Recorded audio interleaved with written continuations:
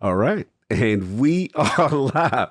The last word with Lord Cognito, Ebontis, Ty Guy, Travis, fresh on that Thursday evening campfire. Before we even start, it feels good to be back with my Destiny brethren. Welcome back. I missed you guys. I've been working like a dog, but it's good to be back podcasting with the crew. Got a special guest, but before we get into that, Ebontis, how are we doing, sir? Like the shirt? Doing good. Yeah, you guys who like the advanced GG world, make sure you guys follow all of us tomorrow. Got some hype coming your way. Good times. Travis is just rolling his eyes through the back of his head. It's all right. Someday I'll get hit. Yeah, it's like I'm good. I don't need that stuff. No, it's been a good week. Excited for what we're going to talk about tonight and kind of getting towards the end of the season. Got some nice news. But the big thing is I got to check with our guy, Ty Guy Travis, because he may be heartbroken because the director of Fast X bailed right after week 1. How are you feeling, Travis? What's up? Yeah, it's a pretty rough week in the Fast and Furious world. But I mean, the good news is he still wrote the screenplay and he's also still a producer on it. So I don't know what the creative differences could be if you wrote the screenplay, but I'm sure it'll be fine. Fast and Furious has had a lot of different directors over the length of its run. And, you know, Fate of the Furious is one of the better ones, not directed by Justin Lin. So as long as he's like writing it and overseeing the series, it doesn't scare me a whole lot. I think a lot of the Fast and Furious like news that you see on the headlines are sort of like overblown. It's like people who don't play Destiny and then they read like a Destiny headline and they're like, oh my God, crazy stuff's happening in Destiny. But then those of us who are actually in the community are like, it's not that big of a deal. That's how I feel about Fast and Furious. It's like, I'm so close to it. I'm just sort of like, nah, it's not even that big of a headline. Like Justin Lin was off of the Fast and Furious project for like years and then came back and directed a whole bunch of them and then was gone for a while and then comes back. So this isn't even like the weirdest thing that's happened with that one director. He goes in the waves. Waves. Yeah. So this is sort of just business as usual, I think. But yeah, we'll see how that ending is. It's been a fun week for Destiny, Star Wars, and Fast and Furious. So I'm busy. I got my plate full. Nice. Mm-hmm. Also McClunky. I was going to say, speaking of McClunky, one of my buddies is in the Star Wars experience like hotel where it's like 48 hours. You do like the quests. He actually got to, he's doing that real life thing. And because his birthday is tomorrow. So he just was like, he's like, I know it's expensive, but I'm doing it. So I'll be curious to hear what that thing is like. Cause he took a couple pictures already of what like the cafeteria is like. He's like, it's a cruise ship, but so far on land. Room looks pretty crazy though. Nice. Yep. That's cool. Cog, what about you? Lot going on. Fresh back from Boston. Big PAX East trip last week with the whole team. All the Lords Impacts for the first time, which was cool. We haven't done all 4 of us in a long time, since probably like E3. You know, had a couple of writers with us from lordsgaming.net. So we were just covering all the new games, man, all the new stuff. It was a lot of really cool, exciting games in the indie and the AA space. Very excited about that. And happened to miss one of the largest TWABs ever. Yeah, you did. Ever. And probably the largest TWAB ever. Yeah, you know how I feel about sandbox changes. So when I finally get back, finish all of the press stuff and the emails and the coverage, I'm like, well, what could have happened? That was so crazy. And I'm like, this whole sandbox is, it's nuts. So definitely, I was looking at what you guys were saying about that. And then, I'm just good to be back. And I started playing Destiny probably around Tuesday, Wednesday, just got to get my feet wet again, see what's going on. And I'm back, man. We got stuff to talk about. And we got a special guest we got to bring in that's been very patient. Yes. So welcome to The Last Word, episode number 195. Guardian Games is upon us, and maybe it is the year of the floofers, but we will just have to see. As Season of the Risen is in the home stretch and the temperatures are warming up for the northern half of the world, the next season of Destiny is one of the few releases coming out this summer. How better to build hype for the franchise than one of its biggest ambassadors in the United Kingdom? Sharing gaming with his wife and son makes this guest's journey a special one. This family man knows that hard work is the key to success, and he is putting in the overtime for sure. Last time we had him on, it was a little shy of about 2 years ago, and since then he has rocketed up into the YouTube stratosphere with no signs of slowing down. Whether it's knowing the coming weeks what the coming week has to offer with his Monday guide or his Tuesday reset streams to kick off the newest content, spreading the latest info sometimes even before it's released, and making sure we stay on top of everything in this crazy universe of light and dark. I'm happy to welcome back a man who now has over 133,000 subs on YouTube, over 25 million views on his videos, over 12,000 followers on Twitch, and about half of that in his Discord. If you don't know him, you damn sure need to change that. Let's welcome one of the hardest working and nicest guys I'm happy to see all these levels of success for, the one, the only, Jarvinius, or Jarv. How you doing, sir? A lot's changed, isn't it, since I was last on here? Wow. Like, what were we? I was nearly at 6 million channel views, I think, when I was on here last. Yep. So to come up. I tell you, time flies when you're having fun, though, right? That 2 years has gone well quick. Lots changed. My personal life on YouTube, in Destiny, obviously. So, yeah, man. Jarv in the building. Good to have you back, brother. I was talking to E a while ago. I was like, yo, we haven't spoken to Jarv in a while. And I always like looking at your timeline because one thing that you do that I feel like a lot of content creators don't do, especially in Destiny or just in general, it doesn't even have to be Destiny, is you kind of speak what you want into existence. You know what I mean? And as far as your goals and stuff like that, you're like, yo, we hit this milestone. You always celebrating others. So salute to you, man, because I love to see the journey. The content is fantastic. When the little Jarvinius video comes through, I'm like, all right, let's see what he got to say. Let's see what's going on. So yeah, man, it's good to have you back. How you been otherwise? How you feeling about Destiny right now? I'm very curious. I feel like Destiny, after the launch of Witch Queen anyway, is definitely probably in the best place. Destiny 2 is in the best place it's been. I think probably ever at this point. And a lot of the devs seem really hyped about next season, which is exciting. Because I don't think I've seen them that excited for a season. I've seen them excited for a major release, but not a season. So they've obviously got something up their sleeves. But when haven't they? So it's going to be good. It's going to be good. But yeah, celebrating success is important. I feel if you're not going to celebrate it, then you can't expect anyone else to. And it's really important to... Doesn't matter how big or small milestones need to be celebrated because they do make the difference. They're motivators, right? Just from one milestone to the next. And if you're not going to celebrate it, then who is? little celebration and party of me. Gotta do it. Man. Salute. E, what you got for Jarv since he's returned? Yeah, no, I mean, it's good to have you back. I wanted to ask you two things. One, did you give your play button to your son? It's currently up there because so basically I got it mounted in a frame. Nice. And it's basically like really strong tape. So what happened was where his Xbox is, that tape was not strong enough with the heat. So it came away, so I had to get it reframed, and it's now basically hung in the frame, and it's currently just above the desk out of the way. So the plan is definitely for him to have it back. I just want to put it somewhere warmer. Got to make sure it's going to stick.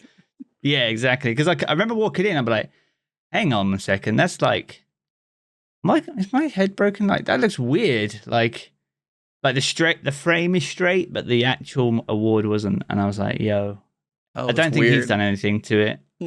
And the guy who's local, he's like, yeah, just bring it back in. And he's actually hung it in the frame now, like proper. So it shouldn't go anywhere. No. But we'll see. Nice.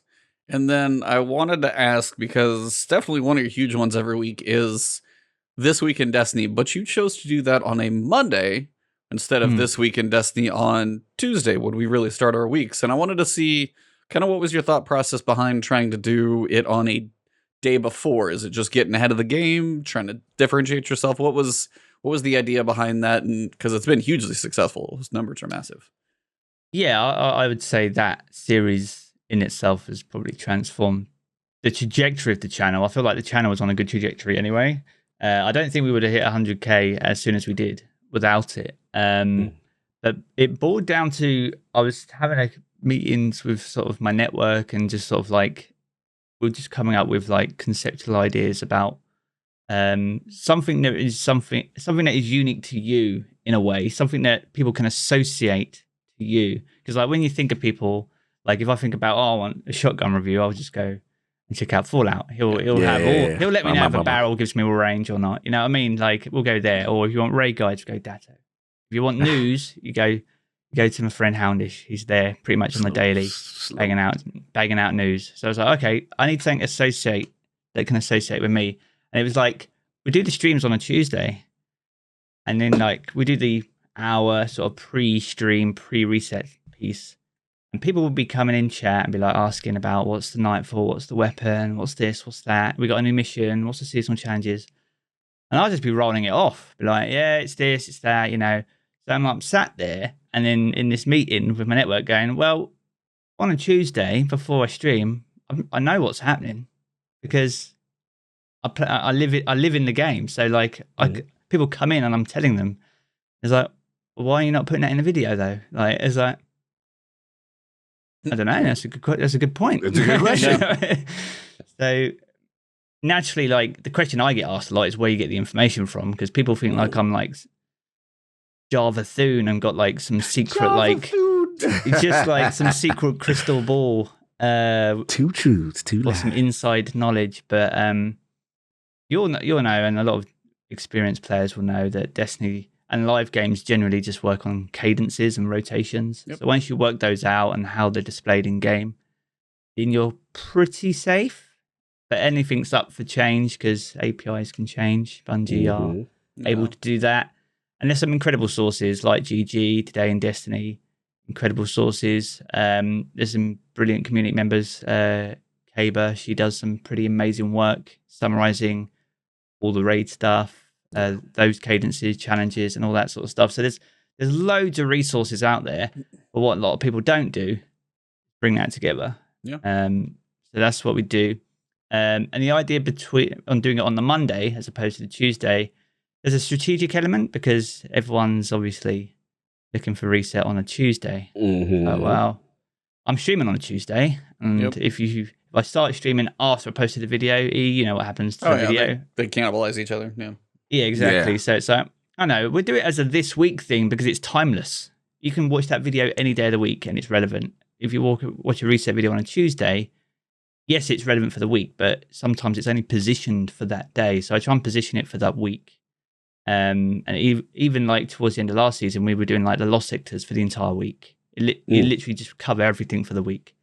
So the idea for that, especially like if you think of Wellspring, there's specific weapons you need to get exotic glaives. It's like, well, what days of the week are those though? You know, well, you need to plan to get on Destiny Wednesday and Thursday this week if you want those two things. It just helps people plan their week a bit. And that's sort of the angle it's positioned at. It's less of a resetty. Whilst the information is based heavily on that, I position it. The intention is to be a weekly, like, this is what is happening this week and plan accordingly. Nice. And that's pretty much how that series sort of came about, really. Nice. Really, really cool. Really cool. Trav, any questions for the Jarv? Yeah, you said you think Destiny is in its best place it's ever been, which I think probably some people on this panel would agree with you on. What would you give the Witch Queen on a scale of 1 to 10 if you had to review it, rank it? 10 being, a masterpiece work, 1 being something that could scarcely be played. And what do you think it could do to improve where it's at right now? Ooh. Oh. All right, we're going to have to break this down then. Witch Queen, I think it's really important to separate the campaign from everything. I think from a standalone standpoint, like the campaign is heads and shoulders above everything else that we've experienced from a campaign perspective. Mission, layout, objectives. No mission is just like a 10-minute breeze. It's like, all right, let's lock out 40 minutes. Here we go. You know what I mean? And they are an absolute pleasure to play and replay. And I'm glad they're weekly missions. So from that standpoint, I wouldn't ever say I don't want to give anything a 10 out of 10 because I feel like that's just, I mean, you can really enjoy something, but ultimately there's always room for improvement, right? So I think Bungie will probably agree that they're always pushing for perfection, but you never really achieve it, right? So Yeah. I would say the campaign is definitely up there with a 7 or 8 in my eyes, because I feel like it's set a really high bar. It'd be really interesting to see what they do with Lightfall and how they can elevate that. That's going to be the real challenge, pushing that the next step. Yeah. Right? What about that raid? Yeah. Where you rank that? Oh man, the raid. Yeah, let's do it. I really enjoy the raid, but there's elements of it that I don't enjoy. Like the final boss for me needs to have more health. Like we got a really good team for Master Raid. So just a quick cap on the raid. So Master Raid launched. Like I do my daily reset stuff on the reset stream, and we jump into the raid probably about 20 to 7. And we're like, oh cool, we're going to do the challenge as well. It's first encounter, it shouldn't be too bad. We get a little bit stuck on the first encounter because we're just learning where champions are, because we're like, well, what's hard about this? Is it actual combatants are difficult, or is it just they're just going to throw champions in every corner? And it was a little bit of the first, but more of the latter, right? So once we got past the first encounter, it didn't feel much different. Like it was just like, oh, these are overloads, those are unstops and stuff like that. Right. And then we two-faced roll call master first try, Nice. like on master. Wow. And it's like, and Ivy, who we ran with, he checked our stats. We weren't even bothered. Like it was just like we just wanted to get master done because we didn't know how far do adepts go. Is it just the encounter, or is it every encounter? Right. Prisms and shards is a cool reward, but if you're raiding, I feel like those aren't your priority. I feel like most of the time players are probably capped out on those materials, and those materials are lost even if they're granted in a raid chest. Yeah. So, and whilst I don't think they're bad rewards, I feel like the caps on them are bad, and which gives them almost no value for an end game sort of hardcore player, because that type of player is probably masterworking or every exotic and just filling up their vault with supplies. So it's always excess. But yeah, we finished at like 381 in the world for Master Raid. Wow. But we started 40 minutes late and did the challenge. Wow. Wow. But it's like, but that tells me like Master isn't what I would hope it to be. Like I want Master to be like contest. Like I want it to be actually difficult, not just champions. And I feel like champions are just the easy answer to making something difficult, but not the right answer. And they need changing as well. They're a bit long in the tooth now. Overloads are still inconsistent. Unstops, you stun them and they'll just sprint towards you now. It's like, what is this? That, like beginning of the season, I was like, yo, look, it pops up on the screen, hear the noise, audio cues, everything you expect, and this guy is literally just like coming to shoulder charge me now. So what is this? So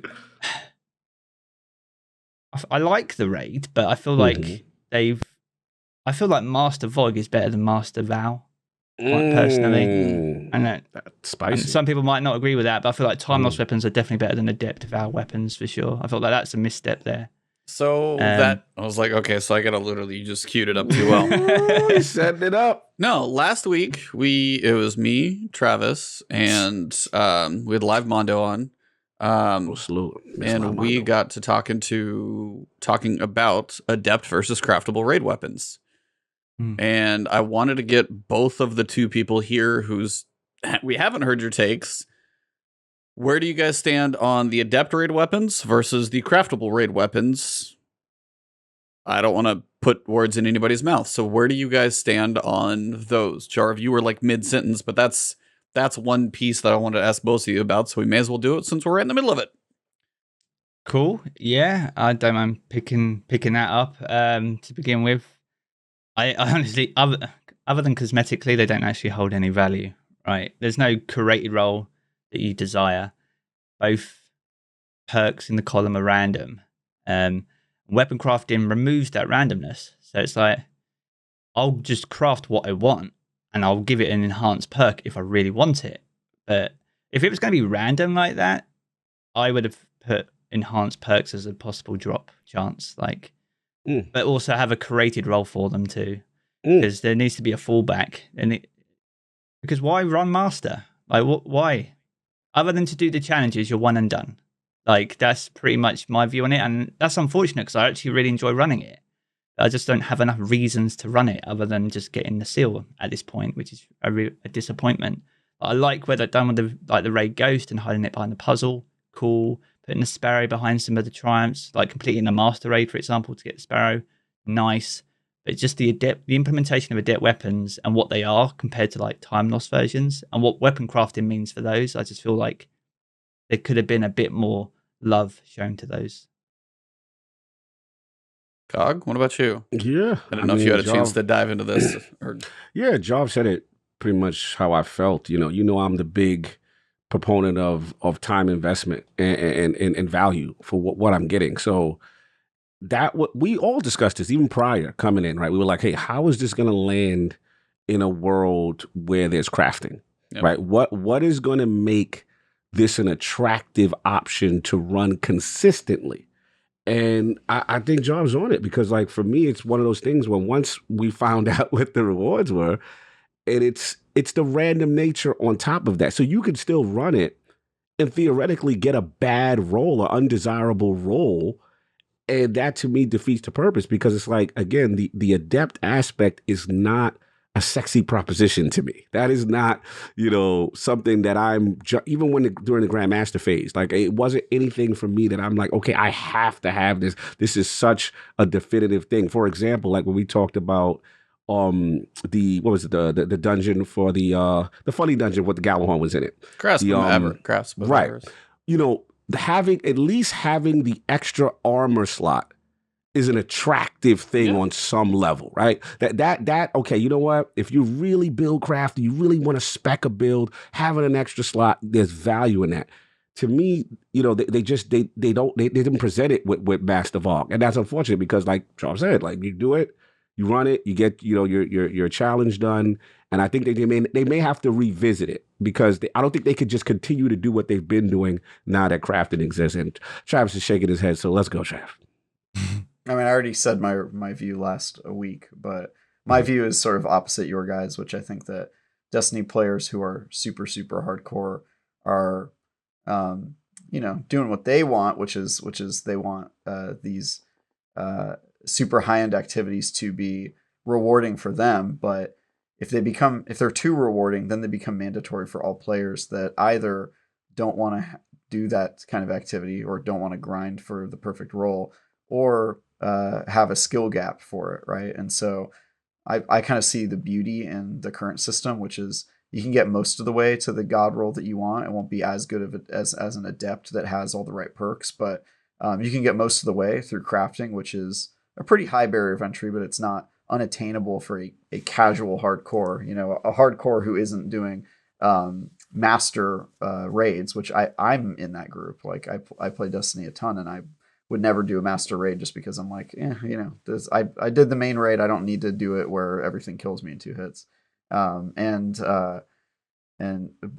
for the people who want to do it, for the people who are looking for excuses to play Destiny more, there's this marginally better, weapon type that they can really grind out if they're trying to squeeze every single point out of it. So I kind of see beauty in that system, and I think if you make adept weapons too much better, then all of a sudden it makes the casual hardcore want to throw their hands in the air because they're like, well, there's now to be competitive, I've got to play this other mode that I'm really not interested in doing, and it sort of makes that stuff mandatory rather than optional for the sweatiest of the sweaty, and that's how I kind of see it now. So I don't want grinding adepts to be mandatory, because if it is, there's really no events I like to do except for trials.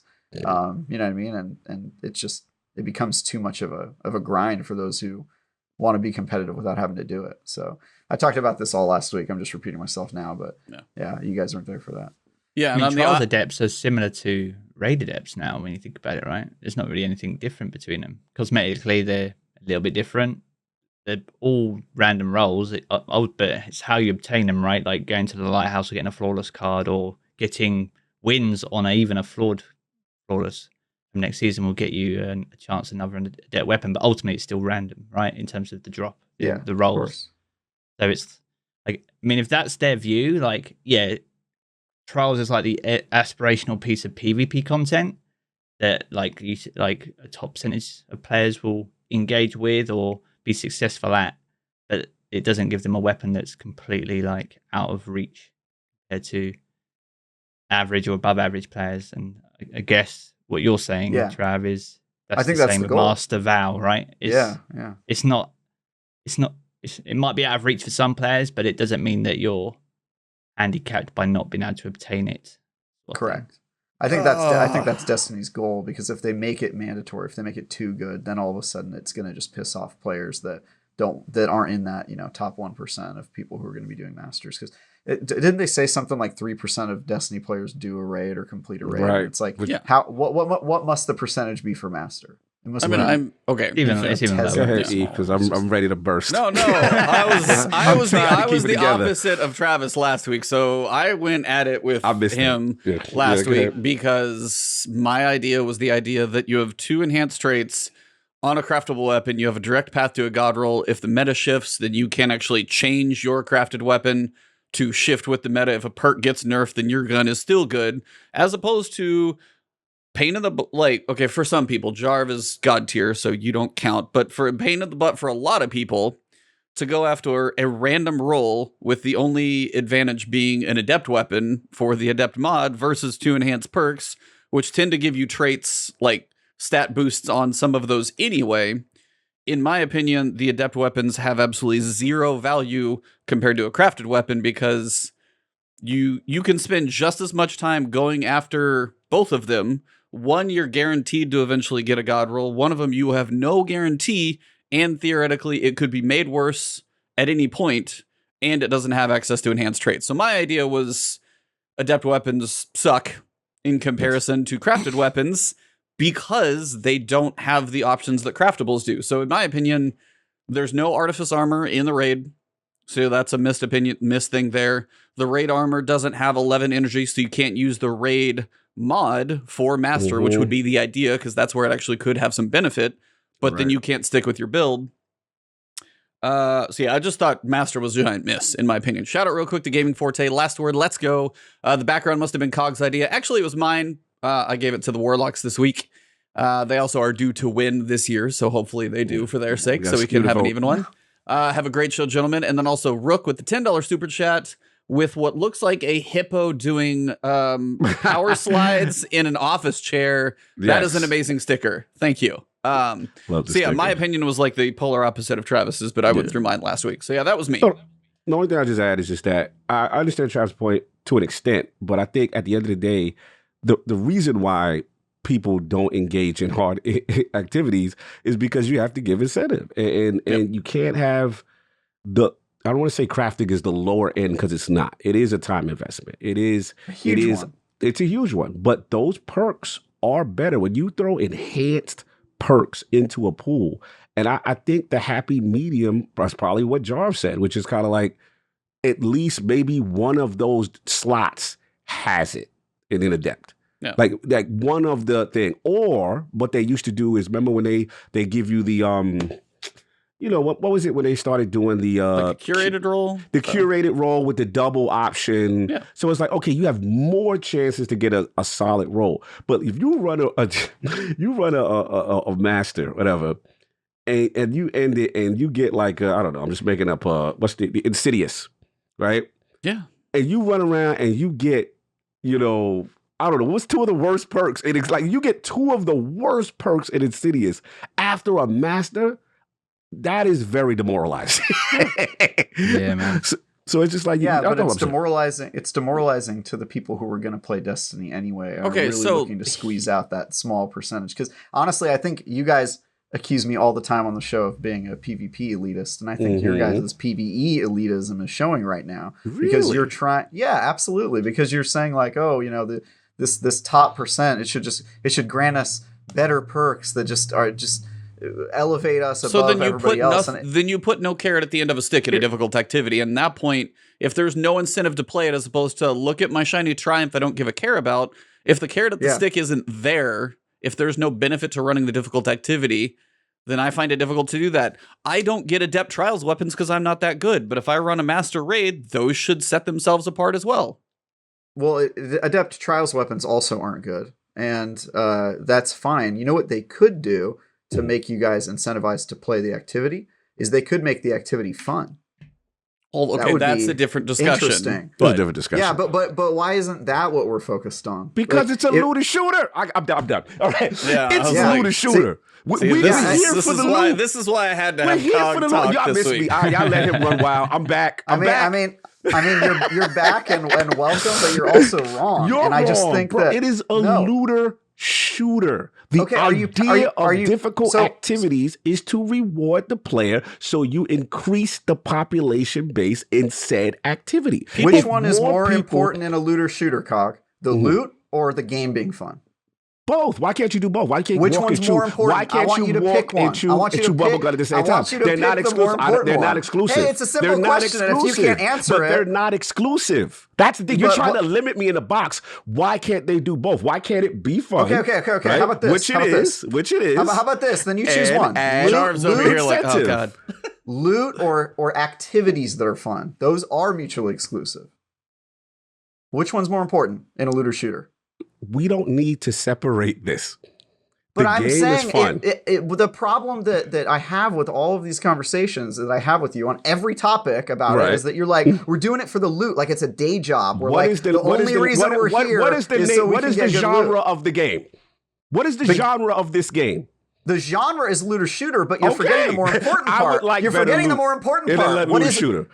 You're okay, so you're looking at the genre. I'm looking at the other part of the sentence you said. Game. Game. It has We've to already be fun. It established- has to we've be already a fun established it's fun. game. We've already Okay, established it's fun. Time. Is Master Hold Val on. is fun? Is Master Because the Seriously. loot sucks. Seriously, That's why is it's Master fun. Val fun? Guys. Is Master Val fun? Guys, Is it? I'm done. you can literally have a completely separate discussion. Are adept weapons versus craftable weapons worthwhile?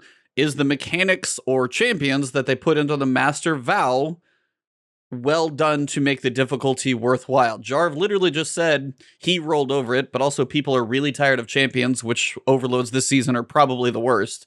So are the mechanics in the raid not at a fun state in master difficulty? I think a lot of us will agree on that one. Yeah, we A agree on the separate champion. topic. Then why don't you fix that and see if it fixes the See, player base? but Why that's would the whole point. Is I literally just said these are separate. You can have loot and incentive be separate from the mechanics that you play. Those are two different things to work on. That's all. But you guys are.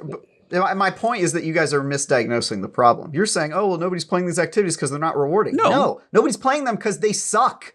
They're bad. That's why nobody plays If them. the they were reward was- fun, if the the reward rewards was- wouldn't matter. if the reward wouldn't. was Okay. if the reward was good enough, I bet you it's more. like you guys don't know anything about game design. It's like why would just listen to yourselves? Why should they, if they make the reward really good, but the activity isn't fun to play? You're saying that the Trav. reward should be so good that people Trav. are forced to play a Trav, bad Trav. game mode. No one's saying that fun. No one's saying that is the saying game that. should suck. You're saying you're making it like this is an exclusive yeah. thing. You're You can focusing do on the both. wrong thing. But we want agree. both. We want. Why is it both. wrong to want both? Why is it wrong to want both? Why, that's what I'm Why trying to say. can't we have must it good be mechanics exclusive? and good Which one's loot? the bigger problem? Which one's the bigger Both problem? of them at this Both of point them are feel like a problems. problem. You think loot is just as important as the activity, the whole reason we're there being enjoyable? I Both. like the normal version, and craftable goes with it. Then you have something you guys are where killing me. the adept killing me. weapons, yeah. Then you have adept trying to keep it weapons together. that don't feel as worth it, and master mechanics that also feel not fun and just more champion shoved in. Jarv, do you have like a balancing take on this situation? I'm trying to play ref between these two. I need a would third say- party. I need a third party. I would say it's very important to try not tar everyone with the same brush in this. They are two different issues, but a key thing to think about is Trials has been bad, but when the loot's good, people will play it, right? And Engagement, That's right? There's this terrible. thing. Wait, hold on. Is this thing called That's engagement, terrible. That is right? Okay. terrible. Okay. That, But that- why- but that- but that's why- happened- why- but that- why that should- why happens, should though. people? Travis, Yeah, let but him why- talk. Come on. But it's not. But that happens though, and then the feedback gets through, and then since then, Trials has evolved. It's continuing to evolve next season with Adepts being more obtainable through the through the passage and stuff like that. It's not until that feedback gets to the studio that they can actually do anything about it. But they are two different issues. But fundamentally, we've had the same issues in PvP, and you'll know that. playing PvP course. primarily, right? Of course. And so- guess what I hate about PvP? I hate when they do something like make the rewards and trials good without fixing the mode, because then they're just saying, hey, everybody, play this terrible game mode so that you can get good loot. And it feels like homework, when what they could do is just make the game fun, and then I would play it even if the loot was just so-so. Obviously, I want the loot to be good too. But I'm saying the more important thing, and that's all I'm saying. That's the first time you said it. Thank God. But here's the thing that's frustrating to me. Okay. Here's the thing that's frustrating to me is that people focus so much on the loot like that's the real problem, and I take offense to that. I didn't say that. I didn't say that. That's the thing. You keep putting me. Hold on. You keep putting me in a box. Like I don't agree that champions are bad at the moment. Exactly. We've all said that champions are not great. The narrative. Separate discussion. Narrative is not that. It is. Well, we the can narrative make was this that fun. you said it's a looter shooter. It's about the loot, and I just disagree with that statement. No, this is the first time you admitted it. That loot is important as well. That's all I'm saying. Yeah. That's not the first time I've admitted it. I've just said that people would probably play the game even if the loot was just okay, if the game actually was fun, if the game mode of Master and we agree. Disciple was fun. We agree. So yes, we agree they that have the to fix loot the could use some work, and we also agree the mechanics could use some work. Both are part of this equation, and that's, I think, where we're good. Necromancer with the $10 super chat. Loot makes a looter shooter, but if game isn't fun, story isn't good, or weapons don't feel good, most people leave other than just bad loot. So that's Necromancer Zeal's take on it. Yeah. So I think my whole point is I think that the Adepts could be, even if they're not that much better than craftable weapons, if they're a tiny bit better, people will play them as long as the underlying mode is fun. And I think the reason people aren't playing them is because the juice isn't worth the squeeze, because maybe they're a little better if you get the right roll, but the actual mode is just painful, and nobody wants to do that stuff. For me, the Grandmaster Nightfalls are painful. If they were fun activities, I'd be like, yeah, I'll get a little bit better for that. I don't need Adepts to be crazy. And I think that the thing that players go to first is they should make Adepts way better, because if Adepts are way better, then people will play the game mode. And I'm like, well, maybe people shouldn't play the game mode. Maybe we shouldn't play it until it's actually an enjoyable experience. And that's my problem with all these conversations, is we start talking about I the didn't loot. say that. For the record, I know you didn't. I just want to what be you clear. did say is it's a looter shooter. Yeah, but I want to be clear. Loot is what matters. And it's Okay, like, because we're not going to minimize that. That's all I'm saying. You good? You done, Travis? I mean, I'm never done with this topic. Yeah, I know and you. And I'm not technically done. I'm just moving on for the sake of Jarv. Yeah, Jarv. Anyway, sorry about that. Anyway, sorry about the tangent. If I had to rate Val out of 10, here we go. Going back to Trav's original question about half an hour ago. That's what I was trying to let him talk for. My bad, Joe. No, you're good. So yeah, the campaign probably an 8. I'd say the raid is probably a 6 or 7. I think. Yeah. I feel Tell like. us why. I don't think it doesn't feel long enough. Like, I don't know. I don't know if Bungie's just got a time in their head and they feel like raids can only be a certain length. And I get they are massive development, like, and time sinks. And that's part of the why we go, just quickly tapping on loot. Like, loot's an easy answer to something that's not performing as expected from an activity standpoint, because they can just put good loot in there and people will play it until they can adjust or fix it. Right? It's a temporary answer some of the times, but not the long-term answer. And I feel like what Val does good is it takes like perseverance and it sort of slowly guides people that maybe haven't accessed the raid before into the opening section of that, so it's not completely alien to them. I feel like that's a fantastic way of actually opening that gate a little bit more for new players, making it more accessible initially, and then the encounters are good.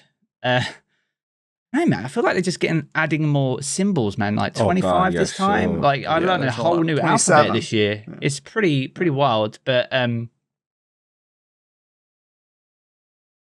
don't know if they're diverse enough, like compared to like encounters that we've had before. Like I'm going through, I'm like, oh, it's this relic, and it's this mechanic, but they're not new. So when it comes to like day ones and working out what it is you do, well, I know how this works, so it's probably going down this route, and you sort of you can anticipate more where this is going from like an entry standpoint.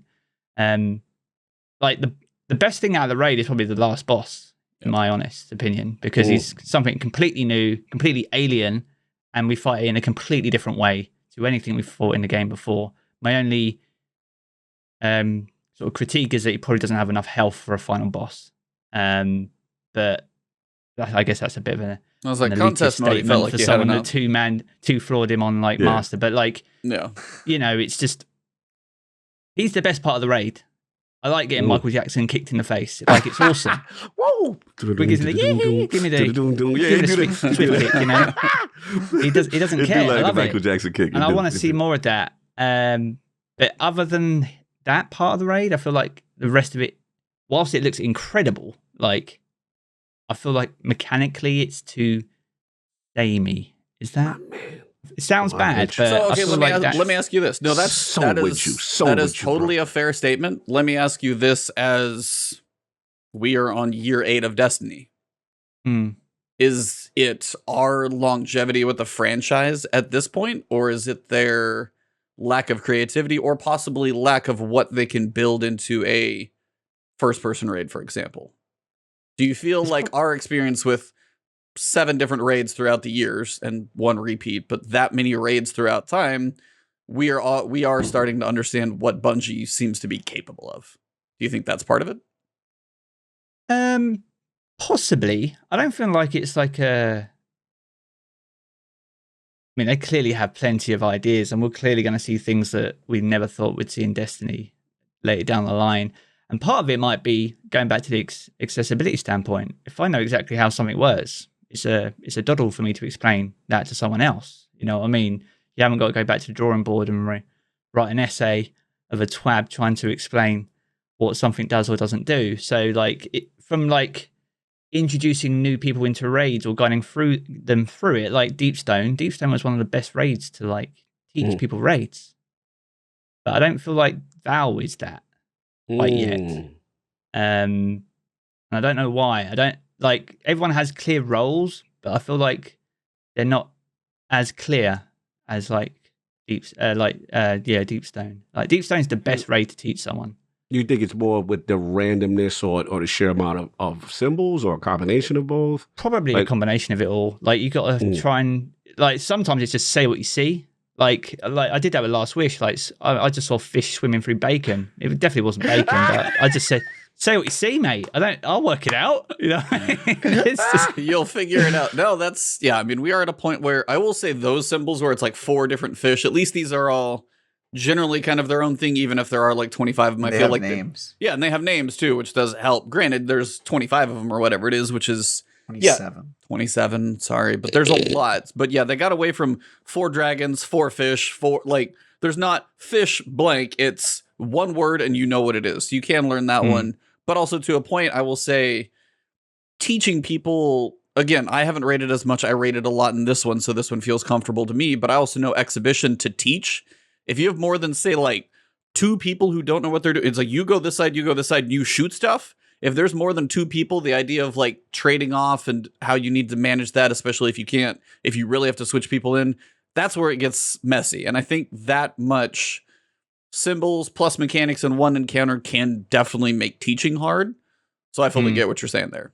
Because especially exhibition is when your team knows what to do, it's smooth. But if you're with people who don't know what to do, it's chaos.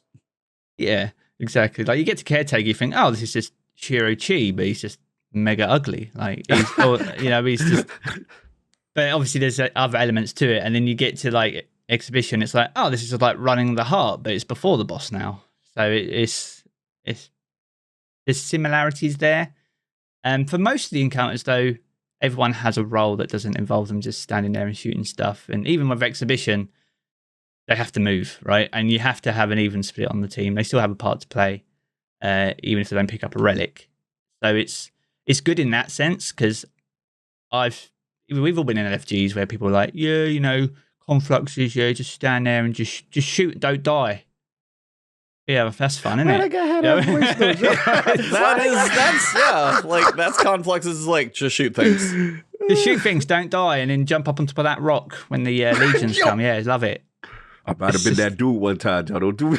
Oh yeah, Get on that rock. Vog's getting the beat down too. It's fine. Yeah, but so that's part of why Val for me is like a sort of a 6 or a 7. I feel like if they improved to some or removed some of the randomness, I don't necessarily think the loot is bad, but I feel like have it like briefly touching on the Adepts, like to get them, unlike Vogue, they're not assigned to an encounter; they're on a knockout system. So if you're after submission, it could take you 6 weeks to even unlock it in your loot pool, and then you can buy a second one from the boss, but it still might be both trash. But then that's the problem with loot generally when it's RNG, right? But that in itself, like, it's another element of randomness which frustrates. But that's why I give it that. I still think Destiny's in its best place. So what's your overall score, though? Could you assign a score to the Witch Queen as a whole thing? Mm-hmm. As a package? Now you got to take into like strikes. No. Nah. I would say. I would say it's a firm 8, and part of that is the circumstances. You have to think of the circumstances that this expansion was even produced in. The same as what I am right now in my living room, right? Completely remote, yeah. Completely remote. The best campaign we've ever seen. They've introduced weapon crafting in its first iteration, at least, which was something that we thought we'd never get in Destiny at all. Because, Destiny's always been about RNG up until this point. And then slowly but surely, 3.0 on the subclasses. So it almost felt like we got a new subclass, even though we didn't. Yeah. Like, I'm using Void 3.0 in a completely different way. Yeah. But it feels new, even though it's not. I think there's a lot of stuff that's in Destiny that Witch Queen brought that we sort of take for granted. And those are a few things that people don't talk enough about. That I think add so much longevity and value to the game long term that are really going to underpin the franchise, in the next major releases, really. And I feel like it's really just a really solid foundation to finish this saga and then carry over that foundation into whatever the next chapter will be. So that's why I give it an overall sort of 8, because of the circumstances, what it actually done from a narrative standpoint, like through the campaign and how that rolled out, and the super strong foundations it's provided moving forward. Cool. Well, I will say that's a nice little intro there we got there. So now we've done our introduction. No, that's the warm up, right? That's just the warm up questions. Yeah. No, seriously though, like that's one of the reasons. What's the point in doing a show if we're all going to agree? That's all I have to say. I mean, sometimes I have to question if you're just playing devil's advocate just to get a rise. No. But I never know. That's why I love Trav. He truly believes in what he believes in. Oh, that's why I know, and that's some of the questions. I believe in it. I believe in it, and I don't care what other people say. That's what we say. After your reviews, we know you don't care. But yeah, that's why we love you. Also, I scored it an 8 for IGN. So you guys vindication, guys. You got it. There we go.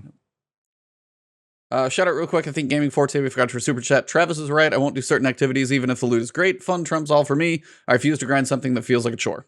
Traitor. Then that could be the whole game depending on where you define it. So careful. I say my 2 favorite franchises are Star Wars and Star Chores, which is Destiny. Hey. Lamau. Well, I think you missed another super chat. Did you get DJs? Oh, where'd he go? DJ Oros. You gotta get Mr. Khaled. No perk is gonna make me any better at this game. You get what you get. Hey, bestie. Hey, bestie. Shout out DJ Oros. Are you guys besties now? Yeah, we're Destiny besties. I'm married. Destiny besties. You're Destiny besties. It rhymes. Yeah, that's so cute. That's my guy. Is there anything from the sandbox? I am excited for machine guns massively. Is there anything else from the sandbox massive 9,000 word TWAB from last week that you guys wanted to shout out or just like call to attention that you read through and were like, damn, that sounds good or bad? Anybody? Let Jarv go because I'm Jarv. Yeah. Same path as you, dude. Machine guns, like Xenophage, going back to OG. Exactly. Gonna polish that bad boy off. Might even go back to Warmind cells and create some pretty explosive builds at this point. Oh, we get the Jarv Warmind cell builds again. Yeah, Let's mate. go. I feel like it's long overdue. Nice buff as well to machine guns. Did tweet today that they should probably bring back super good advice. I feel like that would be pretty good. I saw your tweet. Yeah. Yeah, that'd be pretty nice with a 40% buff. But yeah, I feel like that'd be good. I don't know if they'll be meta. It's hard to know because like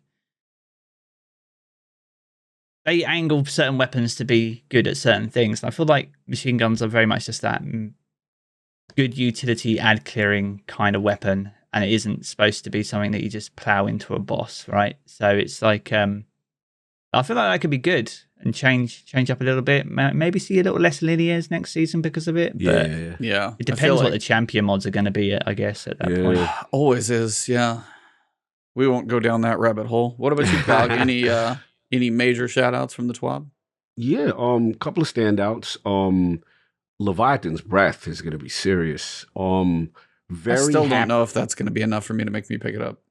I actually like it. I'm one of the few that use it. And I like the potential of it, but the catalyst, what they was doing was just not enough. So I want to see what that does. They went hard at in-air accuracy. They went hard. And now it's about, you're going to spec this thing hard if you choose to really play that way. So you got that. And shout out to Fallout. He had me laugh. He's like, I watched one of his videos. He's like, yeah, for all you guys that say get headshots, let's see it now. Yeah, we're about to get some skill checks. We're going to see how nice certain people are. They say in PvP that, I got headshots all the time. Because they really didn't affect, the other stuff. So you got that. Machine guns, like Jarv said. Machine gun. I really want to use a lot of machine guns. I was a little disappointed that I don't feel they touched 360s. I feel like 360 machine guns, they're really getting the buff. They're getting the buff, but I want to see how the classes of the machine guns differentiate themselves. And I hope Thunderlord gets shout out to Xenophage. I like that. And Grand Overture might be fun. Yeah, and I think it's in the prediction, or I'm going to ask you this because I was going to. Are we predicting it's leaning Solar 3.0 next season? Most people tend to think that's pretty much guaranteed. Yeah. Okay. Yeah, feels like I would say so. Yeah. The leak. Overall, I'm excited. I think the stability and the stability stat, I think was one of them affecting flinch stability, and then now stability on your guns and resilience on your character. Both. Yes, I like that because to me it now has a defining role. If you want to play a certain style, I don't mind it. So look, let's see how it lands. Though it sounds good on paper, we got to see how it lands. But I was excited. I like what I saw. When we did the. Oh, go sorry, ahead. you go ahead. Nope, you good. I was going to say, like when we did on Tuesday's stream when we were talking about this, and you touched on it just briefly then, like specking into stuff. Like for me, like for Crucible, I just always put on what I deemed my best stuff or the meta stuff, right?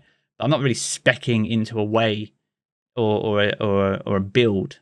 Yeah, you play a certain way, but it's not a build. So like, it's going to be probably our first opportunity to actually properly spec into something. Like if you want to be a floofy warlock and flying around, then yeah, spec into it. You're just going to need to hit your shots, like, and that's going to be a first. And naturally, that's going to hurt initially because I guess a lot of what we've had before, especially with like Stompies, I think was a big standpoint. Yeah. Oh, they came for Hunters hard. Yeah, which I get. So it's going to hurt.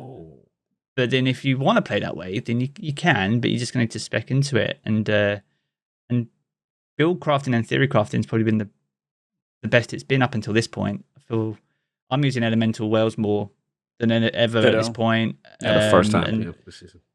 I'm really expanding on what we do and playing in different ways. And I feel like we're going to start seeing that a bit more in Crucible, which should be interesting. It could be frustrating at points, but that's probably going to be part of like knocking the nails back down in the wood when we do the 3.0 reworks, right? There's going to be a few standouts always, but of course, just a couple. For me, I was just going to say Graviton Lance. At some point, I'm going to have a reason to pull out that gun. So hopefully, it's got some potentials. They were adding a little bit more to the catalyst. I think was going to give it a little bit more. Vorpal turnabout, got rid of the hidden hand. Yep. So, yeah, thank God Monarch got nerfed a little bit. I was happy. And my Lord of Wolves, it was a good run. I don't know if it's over, but it don't look good for me. I thought I was going to slip through another 12. Yeah, no, that's they got me. They got me. I busted. I got locked up. So, Obviously, yeah, massive TWAB last week. If you haven't read it and you want some reading material for like 7 trips to the bathroom, that'll take care of you for a little while.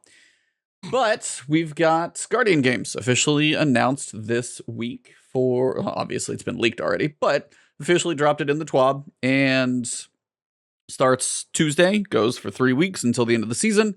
So actually coming up on the last 3 weeks of the season, so the time is there actually.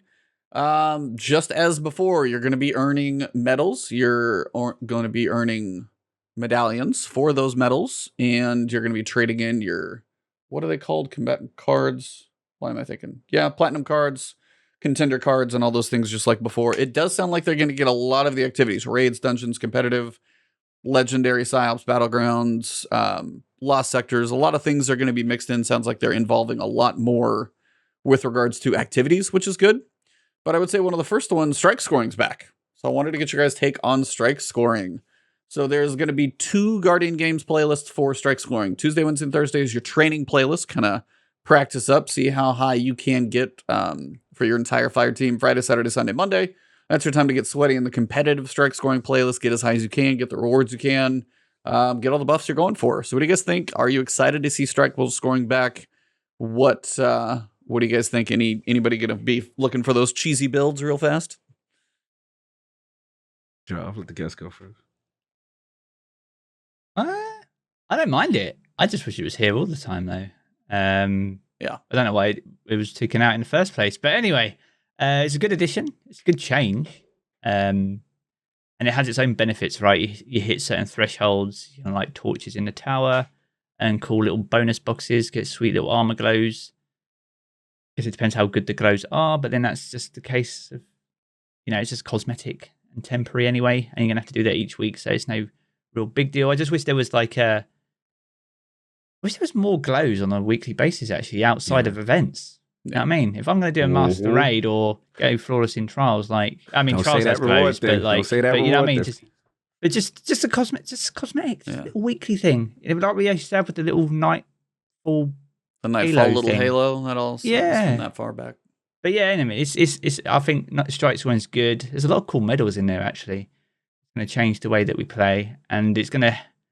People are going to be leading more into builds much more now, just for laurels. Got to still create those laurels to get those contender cards. So while some activities might be fast, the medals, they might not be enough for you to earn enough laurels to buy a contender card to get a platinum or gold. So it's a toss up between how long does an activity take, how ad intensive is it, and am I likely to get enough laurels, and are you running with the same class? Because ultimately you need to try and stick with the same class to get as many laurels as you can. So just a few things to bear in mind if you're jumping in anyway. Stick with the same classes, get those builds, and elemental wells, might as well make the most of those. Yeah, man. I've been trying to figure out the best way to do it, and I can't really make it out. I thought Master Lost Sectors might be the play, but actually, the more I think about it, I feel like actually you get medals for each encounter in raids and dungeons. So am I just going to farm Templar for medals and then just get Atheon for completions just to get the contender card done? Like, is that what it's going to... I mean, I don't advocate that, but that might be the cheesiest way to do it, to be honest. Yeah, I think we're going to have to see between the bounties listed, the medals, the contender cards, what it's going to take to kind of get all those and how much of a reset they're on and that type of stuff. So we'll just have to kind of play it by ear a little bit. What about you two gentlemen? Anything, just even strike scoring? Does that sound like something fun to bring you guys back for, looking to mix it up, or could not care at all? Hold on. I gotta go Travis's snicker here. Sorry. I just strike scoring, man. I don't understand strikes. I really don't. You don't want to sweat out in a competitive playlist, bro? A competitive Get mega playlist? Sweaty in PvE. Who am I competing against? You get the top 10%, you get an emblem, bro. Like, oh my god. Bro, have you seen that emblem? I feel like when I play strikes, I'm competing against my own patience. Is my adversary really is who I'm fighting against? I've never really gotten strikes doing the exact same activity over and over again. But I will say, to their credit, strike scoring is at least like an interesting end game kind of way to mix it up. That gives, if people were playing strikes every week to try to get the highest score, I would kind of get it, because I get like speed running and being competitive and trying to like improve your times and that sort of stuff. I don't really understand the brain of a person like my friend Brian Malkowitz, who that's all he does is he just jumps into the strike playlist, and I'm like, who are you? Like, I don't know. What are you doing? Like, that's what you do. You just log on to Destiny and you just hop in the strike playlist. That to me, the mindset that does that is like is on the spectrum somewhere. I don't know what part of it, but they're not all there.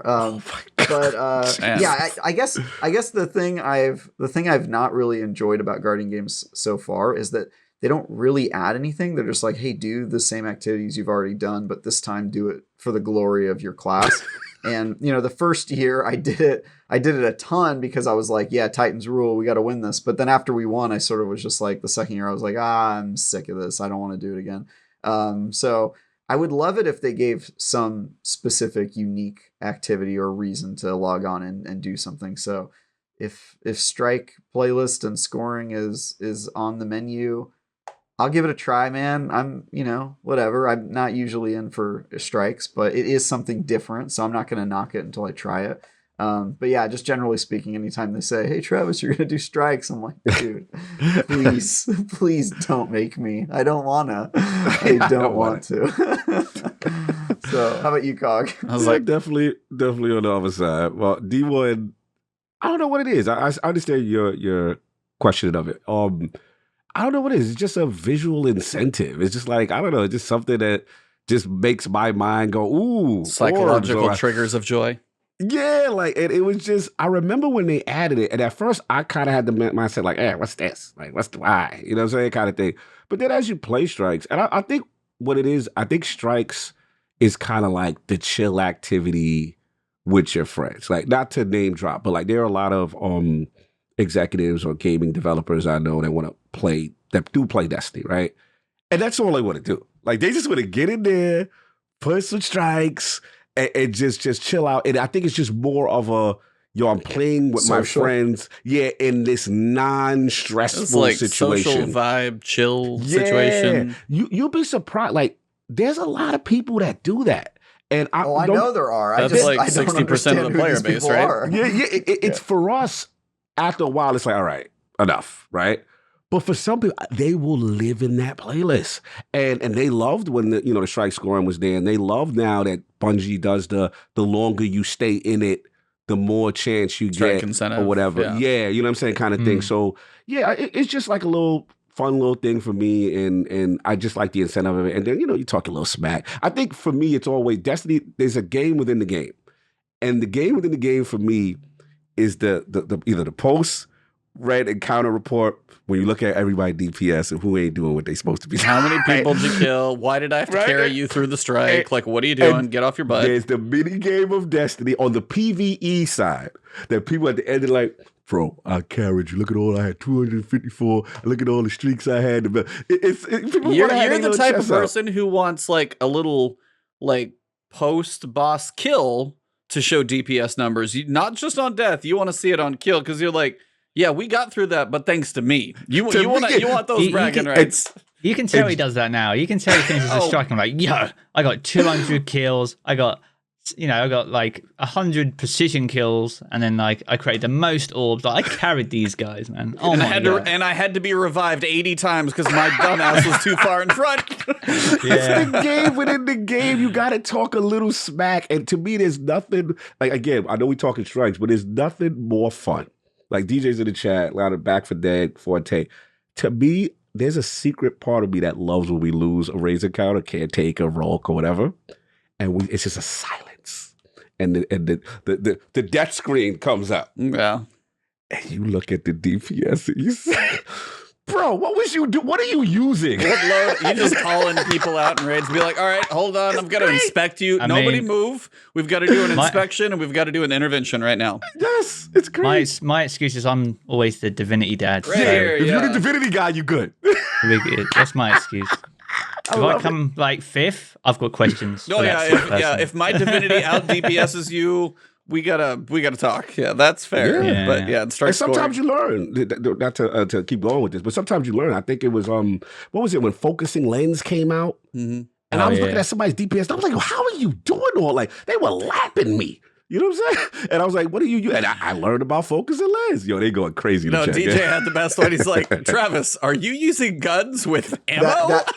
That is a direct quote from me during the raid. After we lost, I talked to somebody and I was like, "Hey, you know this game has guns in it. You can point them at things and shoot them." And the guy was just like pissed. He was like, "Oh my god, savage, Trav. Oh, that is That's savage. It's savage. I love it. I think it'll be fun. I'll be curious to see if because there used to be like rainbow, get kills with all different types of damage or all weapons, or I'll be curious what the strategies are that people come up with, because people are going to be like, all right, here's how you run a strike. Best things, running, parent, everybody's running. That's the stuff I'll be kind of curious to see. So more than anything, and the main reason is you've actually got a reason to be competitive for Travis's sake. But there's going to be a leaderboard. So the top 10% at the end of the event, so you'll take your top for week 1, week 2, and week 3 and combine all those scores together, and the top 10% of all Guardians are going to get an emblem. And while the little square one is just Guardian games, all the little banner flags actually looks really cool on the big wide one, because they changed this one. Oh, good. We got some fun people coming in chat. There we go. Yep. But we've also got a new weapon, which I'm assuming is going to be coming from what it describes, the competitive, the rewards, and those things. We've got a new weapon for this one. Heir Apparent's still going to be there. I will scream it out now. Please, make sure. Get Heir Apparent, get the Catalyst, do it in this Guardian games, because if there's ever been a time to have a machine gun, Season 17 is going to be it. So do not sleep on Heir Apparent. Please get that weapon. That being said, we're also getting a new SMG. It's called the Title. And it will be a Hawkeye Void SMG, aggressive frame, and it's got a unique origin perk, Classy Contender, which grants class ability energy on final blows with this weapon. It's got a lot of perks, but it sounds like we're going to be able to masterwork it, get double perks in the 3rd and 4th column. Again, I'm guessing the high levels, the high scores, all tie into that. People have been talking about with the meta shift literally last week saying shotguns are being reined in a little bit, fusions are being reined in a little bit. I've heard some of the PvP people going, sidearms, SMGs are going to have some potential in that alternative slot. SMGs. Yeah, SMGs. So this is not one to sleep on. Aggressive frames are going to be your 750s, kind of like Ikelos, Extraordinary Rendition, those type of style. So depending on if you can manage the stability, the range usually is going to be decent on it. But overall, there's no recoil on PC. There's no stability needed. That's why, again, for us, like, I'm good. Grab all the range I can get on some of these things. Dude, but in theory, though, like, race. there's people who are leaning so heavily into class abilities lately with the Warlock Rifts and all the stuff you guys can do there. Loreley Helm and all our barricades for Titans. We've been having a lot of fun. Dodges and invisibility. The class ability seems like it does have more potential than I would say it has in quite a while, especially with Void 3.0. So just getting specifically class ability on like Wellspring that spreads it. But if you focus on a class ability and you really are good with an SMG, I'm sure you could lean into that class ability even more. Am I crazy, or do you guys think that actually has any potential? I might actually jump in and agree with New Red. I do feel it's a little gimmicky, but it depends on how substantial the gain is. If it's like, I feel Demolitionist is okay. The one I actually I'm upset with a little bit. Tell me if you agree with this, Jarv. How do you feel about Wellspring's gains on the kills? I don't know. I always feel like it's low. So I don't know. I just look at it like I just hope it's not such a small percentage based on the fact that I know the last update, they were very conscientious about ability uptime and usage. And then we got Void 3.0. And then we got Void 3.0. Yeah. I didn't know you added 60-second cooldowns onto like Axiom bolts, right? So it's like... bruh. I mean, the Wellspring is low, but then that's because it's split across 3 abilities. So that kind of makes sense. The mobility cooldowns or the class ability cooldowns tend to be less than Grenade anyway. So I would probably say that it's going to be lower than Demolitionist in that sense, but more than Wellspring. It's going to be like this middle ground, I would say. Might even dust off the Promethean Spur for the Warlock and just put rifts absolutely everywhere. Oh, yeah, I didn't think about that. At this be point, crazy. Yeah, that's a good build. But yeah, I imagine it'd be somewhere in the middle. It could be good though. Void SMG, but is it enough? Probably for a free event, probably is. I don't mean there's not much else I expected. You get your first one from the a quest and pick it up from either Levante, then I guess additional drops drop from medals that you hand in at the podium in the tower. So That's this generally is how this is the secret inside scoop information you got right here. This is the he's like, oh, I know how to get this quest. Do you have all the steps for the quest already There's one quest that's got 18 steps that runs for 3 weeks. That runs the whole course of the event. There's multiple quests. There's two. There's an exotic quest for Heir Apparent, but it's only like a 2-part quest. Yeah, that easy. Yeah. And then there's a separate one for the Catalyst, which I assume you get after if you've got the exotic, whether you've got it already or whether you're getting it for the first time. There is a lot of quests there. There is a lot of steps, but for the Guardian Games ones at least, the opening quest is pretty short. So that should give us our first. That's always the case. It's about this is what Guardian Games is. It's the introductory quest for new players, which makes sense. This is how it works. This is how you get loot. And this is what you need to chase, sort of thing. So it is what it is. I mean, like free events, I don't think they're going to evolve too much over time. It's time versus cost investment, isn't it? From a Bungie standpoint, it's primarily pushing Eververse and how much revenue that generates. Yep. I mean, they won't say that, but that's what free events are. So, but I don't mind. I mean, I want to look like a badass. Like the armor looks awesome. That's what I wanted to actually just ask you guys. So, which armor? I want rankings. I'm going to start with Travis, Jarv, and Cog. I want to know rank the Guardian Games armor number 1, number 2, number 3. Travis. Ooh. Okay. Let me pull them up again so I can refresh. Ooh, yeah. Let's see. We got. They're all pretty good. Up real quick. Honestly, I'm gonna go with Titan. I know that sounds biased, but like, I don't know if it's maybe this Titan is so confident with their hands on their hips like that. Like got that stance. In command, but yeah, I like that power stance. But it's actually a sleek Titan armor, which we don't see a whole lot. It's showy, but not too showy, if you know what I mean. Hashtag hunters. And yeah, I don't know. I like it. I think that's probably my favorite one. These are all pretty good, though. We'll see if they actually. What's your number 2? What's your number 2? Number 2. Yeah, I think I'm gonna go Warlocks for number 2, and then 3 for Hunters. Hunters are just a little gaudy. You know, a little gaudy to me. I just thought it was underwhelming. Anyway, Jarv. 1, 2, 3. I would say Warlock, Titan, Hunter. Personally, Cog. I'm not a big fan of the Hunter helmet. I don't know. Really? Yeah, it kind of looks Titany for a Hunter, but yeah. Cog, a little robotic. Going. I love the Warlock. I don't know how I feel about the helmet, but overall, I'm biased. Yes, Warlock. I actually like the Hunter. I like the no accounting for taste, I guess. I don't mind. I like the showy. I'm jealous of Hunter hoods. I'm jealous. I think it's cool, and I like the Titan suit too. It's not like the Titan's bad. I like it too. It's a unique take. I don't know how I feel about that loincloth though. I don't know how I feel about that. You know what it is? I figured out why I don't like the Hunter helmet. Tell me. It looks like a sweeper bot. It does. It looks like the sweeper bot's head. It do if you really look. If you go beyond the hood, it do. Yeah, just with the blue joint. That's what I think of. I'm like, oh look, it's a sweeper bot in Hunter armor. Anyway, go ahead. Go on. Sorry. No, that was it. That was it. Oh, it was Warlock, Titan, Hunter. Okay. So no, the Warlock helm is just fire, along with the big, just like the way they have the tone down the middle. Titan looks pretty good, and Titan was close to me. Honestly, the Hunter wasn't. It was like Titan, Hunter, or Titan, or Warlock and Titan are like real close. Personally, like I like them both. Hunter, like way down here. Like I didn't think the Hunter was close to the other two. Personally, whatever reason. Interesting. Like you've got you've got a lot of the red. You got almost like Tron look for the Titan.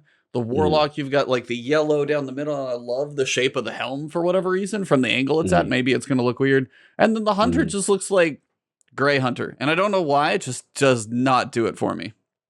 Interesting. I think the Hunter's quite safe, isn't it?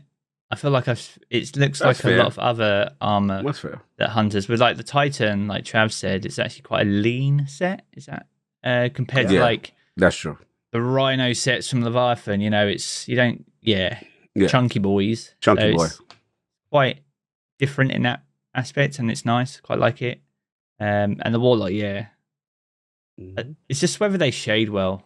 Yes. Yeah, They look good as sure. they are, but everyone wants to put their own spin on them, and because cloth and actual armor shade differently, so proof is in the pudding. We ain't got long to wait, so Yeah. We'll see. But yeah, there was a very interesting little chart that came out. So again, they're going to try and balance out the days, the bonuses, and the boost you get for points, because hunters, warlocks, and titans, they had the numbers here on the chart. I think it is absolutely hilarious. On March 5th, there is a drop in hunters, there's a smidgely drop in titans, and a large boost in warlocks. What happened on March 5th that everybody felt like they needed their safe class to play? Raid.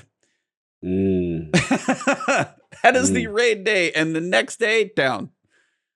Day one raiders bringing warlocks in there, and then they turn around and they go back to PvP.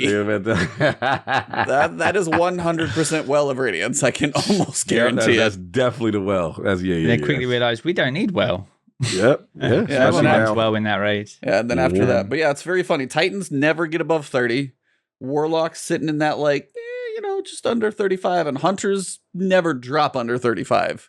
And the Titans are down here. We're holding down the minority. Thanks, guys. Yeah, holding it down at bottom. Notice this slight uptick in hunters when GMs launched as well. Mm-hmm. Everyone going in Viz. Mm-hmm. Yeah. Getting their conquerors and stuff. So, yep. Like, I wouldn't run anything than a hunter in Lightblade, for example. Oh God, yeah. So, watching Fallout try and do that thing solo is just, I don't think he ever got it done. I think he's on a Leopard earlier, bro. He was like got the boss down to like 5% health. He'd been in there 3 hours, and he got messed up a little bit at the end and wiped after 3 hours. See, okay, I saw Datto tweet something and say, this is going to derail us, I don't know. He tweeted something that says, like, do I need to do a video over like the acute burn stuff? Is that like a discussion we need to have? I know you've probably done GMs. I soloed Arms Dealer because you can cheese the boss, but I still got to the end of it. But then I was working on trying to solo Glassway, and I got to the boss room, and I found a little like cheese nook that you could go in because you can at least get a second to breathe in there. But just the like instant delete. And I used to solo Nightfalls very frequently. That was like one of the things I love doing in D1.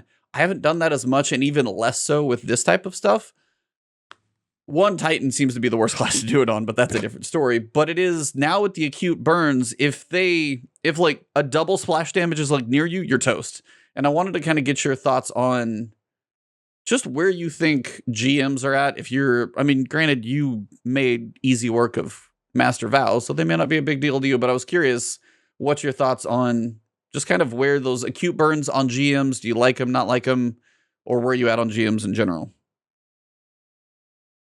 I mean, much like the Master Raids, man, they just rely so much on champions. Acute burns aside, like, honestly. Especially Glassway, my goodness, the amount of overloads in that is just absurd. Like 12 overloads in that final or something ridiculous, or 8. One thing we haven't talked about, which I think's bad change, is the fact that they took away the revives from Lucent Hive. Like, you know, when we first got GMs and it was like 3 revives for getting a Lucent Hive down. It's like, yeah, it's a Guardian. Yeah. Bonus revives. Mm-hmm. And then they just like, yeah, that was a bug. Wow. Livid, bro. Couldn't believe it. I mean, it doesn't matter if you're trying to solo it, but like, I don't know, man. I feel like they are so much better than champions and more difficult because they pop their super, throw like 1 shield at you, you're a goner. Like, literally it. True threat. They're far more lethal. Even like two revives, because you have to kill it and then you have to crush the ghost, right? Yep. So you got to play position too. So yeah, just quickly touching on that while we're talking about GMs, is for me that's a bad change. Also, please don't. I'm gonna say it probably every time. Please don't do overload auto rifle SMG. It's awful. Overload's already annoying enough. I don't need to try and have to hit it 12 times. Like I've been sitting there unloading in a GM with an entire clip. There goes the health. Just so demoralizing. And on the plus side, we probably have some of the hardest GMs in rotation all in one season. Like Yeah. Corrupted isn't as hard as it used to be after some of the Right. changes they made Changes. to Cydia and stuff like that. So Mhm. moving forward, you'd like to think, but then that is a cute burn their way of like actually just turning the dial up a little bit to make them more challenging later down the line. They might feel bad now for things like Blade. And Birthplace of the Vile, I didn't feel was too bad. We just completely haven't just done it. burst damaged the boss and then Mhm. just got teleported away and didn't have to deal with ads. Like that seemed like the easiest way to do it. And then we just waited by the portal to get our supers back, jump through, and then just thunder crash him like 3 times and then go back. But That makes sense. there's no when you don't have time to react to anything. And travel, no. Like, we can get cheesy loadouts in Crucible where someone's just one banging you with Ariana's Vow and you don't have the time to react. It doesn't feel fun. The fun factor's gone because you can't react or counter it in a way if you don't get if you don't see it first. And from a PvE perspective, when you just get in sometimes you don't even see it. It just comes out of nowhere, and then you get like this replay or some silhouette of something that killed you, like that's behind 3 walls. It's like, where did that come from then? And it's like, it doesn't feel. It takes the fun factor out of it a little bit. I mean, fun in GMs is probably pushing it a little bit because it is more of the challenge rather than the fun element. But yeah, I'm not a massive fan because there's not a great way for us to counteract that, even with mods on armor. Like, it doesn't do enough. So yeah, the fact that you can just, as you said, like the idea of, I don't mind something difficult to a level. Like, if you get out of position, you get hit a couple times, your health's going to be low, but you get a second to maybe react, get into cover it all. But if a Minotaur walks around the corner, it's like, bam, bam, I'm like, and you're done. Your entire end run is wiped. And especially on GMs, depending on how patient you are, depending on how many you're running with, it's going to be 20 minutes, or if you're going solo, it's like an hour to get back to the same point just to try it again. It's frustrating. So, shout out real quick to overloads would just teleport, won't they? They'll just teleport. Yeah, teleport is the other thing, yeah. Intentionally and unintentionally. I mean, Birthplace of the Vile is the worst. You've got an unstoppable there on your left, and then suddenly it's like 30 meters on your right. And everyone, like, if you run it regularly, people know that. Like, wait a second, he's just going to glitch over there. Oh, yeah. It shouldn't be a thing. Yeah, on the Glassway, the moving, because I spent way too much time going through that by myself, and it was the sniper boss, the sniper like boss guy in like the 3rd section as you're working through kind of the cavern. The way he would like jump off the lower tier down into the abyss, but then warp up to the other side. Yeah. I was just like, this is not right movement. This is so messed up. Shout out real quick to Tactics, I think, maybe, or yeah, something like that, for the $5 super chat. Sorry, I mispronounced your name, but thank you for the $5 super chat and the support. Appreciate it. But yeah, I just wanted to kind of get your take on those, because I've been trying to actually see. I'm not going to solo Lightblade. I don't even know if I'm going to get Lightblade done. If I get close to doing some other GMs, might have to see about your help on a couple, but just the feeling of the acute, the cap on it and stuff, it's just, even contest mode in the raid does not feel as just instant dead as I think the acute burn in GMs do. It's at the point of unfun to me. So. I did want to ask you on a separate thing, though. Are you part of the Guardian Games Cup? Are you in this thing? You can't say. Okay, we'll just move on. So moving on. Basically what's happening is the Guardian Games Cup is going to be 42 teams across 14 territories, dunking it out to see why Titans are best. I do appreciate that line, Leona. Thank you. Jarv's face says it all. Sorry for the direct question. But apparently it sounds like, and you guys can tell me if I'm reading this wrong, just from the hosts, because I'm going to let our guest be quiet for a second. It seems like there's going to be teams of Guardians, like, basically competing to kind of just be the best team over the course of the event, it sounds like. Back from the dead. Please don't say that again. That's awful. He's a fool. Shout out to Back. I mean, it's not an inaccurate description. No, I know. It's definitely not inaccurate. That is true. But did you guys read this as basically, I know they say in real life, but it's basically real life Guardians as a 3-person fire team trying to be like the best during the course of the games. Do you guys think this is just like them trying to get the highest scoring, multiple events? What do you guys think? I'm not asking Jarv because I'm trying not to let him maintain some. What I will say, which is what they've said, is that it's an opportunity to raise money for a great cause. There it is. Regardless of the objectives involved. So whether you're part of it or whether you're not, everyone can engage with it in some way. So yeah, any streamer coming near you, whether it be here or elsewhere, then definitely, if you've got any spare funds, then they will all go to direct relief. Yep. It's a fantastic cause. So, Got it. Trav's got a question. I was going to ask how it is raising money. Like, what? Oh yeah, are they asking for donations? But it's streamers are giving the profits from their. I think it's just donations. If it's direct relief, it'll be through the direct relief links. Yep. So Gotcha. it'll go straight. So it won't go to anyone that's participating in it, whether they be part of a team. So it will go directly to direct relief, and the teams are merely the face to help to engage the community with the event, I guess, at that point. Gotcha. There are some donation prizes. Could be random if you do up to a certain level. Not sure yet. They'll probably get a little more detail next week once it starts. For the donation prizes, one of them is going to be a piece of artwork from Furion Art. If you guys haven't seen his art, it's always fire. Beast. And then the winning team gets a custom digital piece by Gamma Trap, who we had on the show a while ago. Homie, we got to get Gamma back. It's been a minute for him too. Amazing artists, both of those. If you guys haven't seen them, please check both of those out. Incredible artists. There's so many in the community, but yeah, those are two legit ones for sure that I'm aware of. So, season 17 got a little preview. A huge surprise. The pursuit weapon is a machine gun. It looks very similar to the Swarm, so it might be one of the slower firing ones, as you were saying. Cog could fit in that style. Feels like it's going to be that way. You're going to have your different skins for Crucible, Gambit, Vanguard.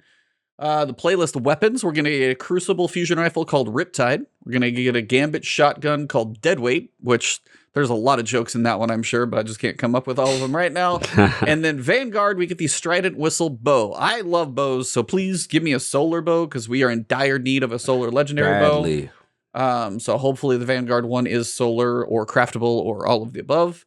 Nightfall drops. We got a couple throwbacks. We got the Horror's Least pulse rifle, kind of like your Darkest Before. It is an arc rapid fire frame. And then the DFA. I've not heard that in years, man. Throwback. That is a kinetic 140 hand cannon. I don't even remember the name of the strike that was in. Yeah, I never got it. Tree of Probability. Tree of Probabilities, yes. Tree of Probabilities, yeah. So those will be coming back. Grandmaster Nightfall ever. Oh, I hated that strike. Oh, mate. Yeah, that's probably worse than Lightblade. Hold on, refresh me. That's the big Cabal boss with the 3-phase room, the 3 rooms that you work through. It was the other one. What was the other one called that was on Mercury? What was Tree of the one you're talking about is Garden World? Garden World. That's the worst one I've heard. That's the worst. Yeah, that's the worst. Oh, which one is that? What's the boss at the end? That's the giant eyeball, Cyclops. The eyeball with the rotating in the thing. Yeah, it's the big Cyclops rotation. Oh yeah. That was rough. Yeah. I remember that one. Yeah. It was rough.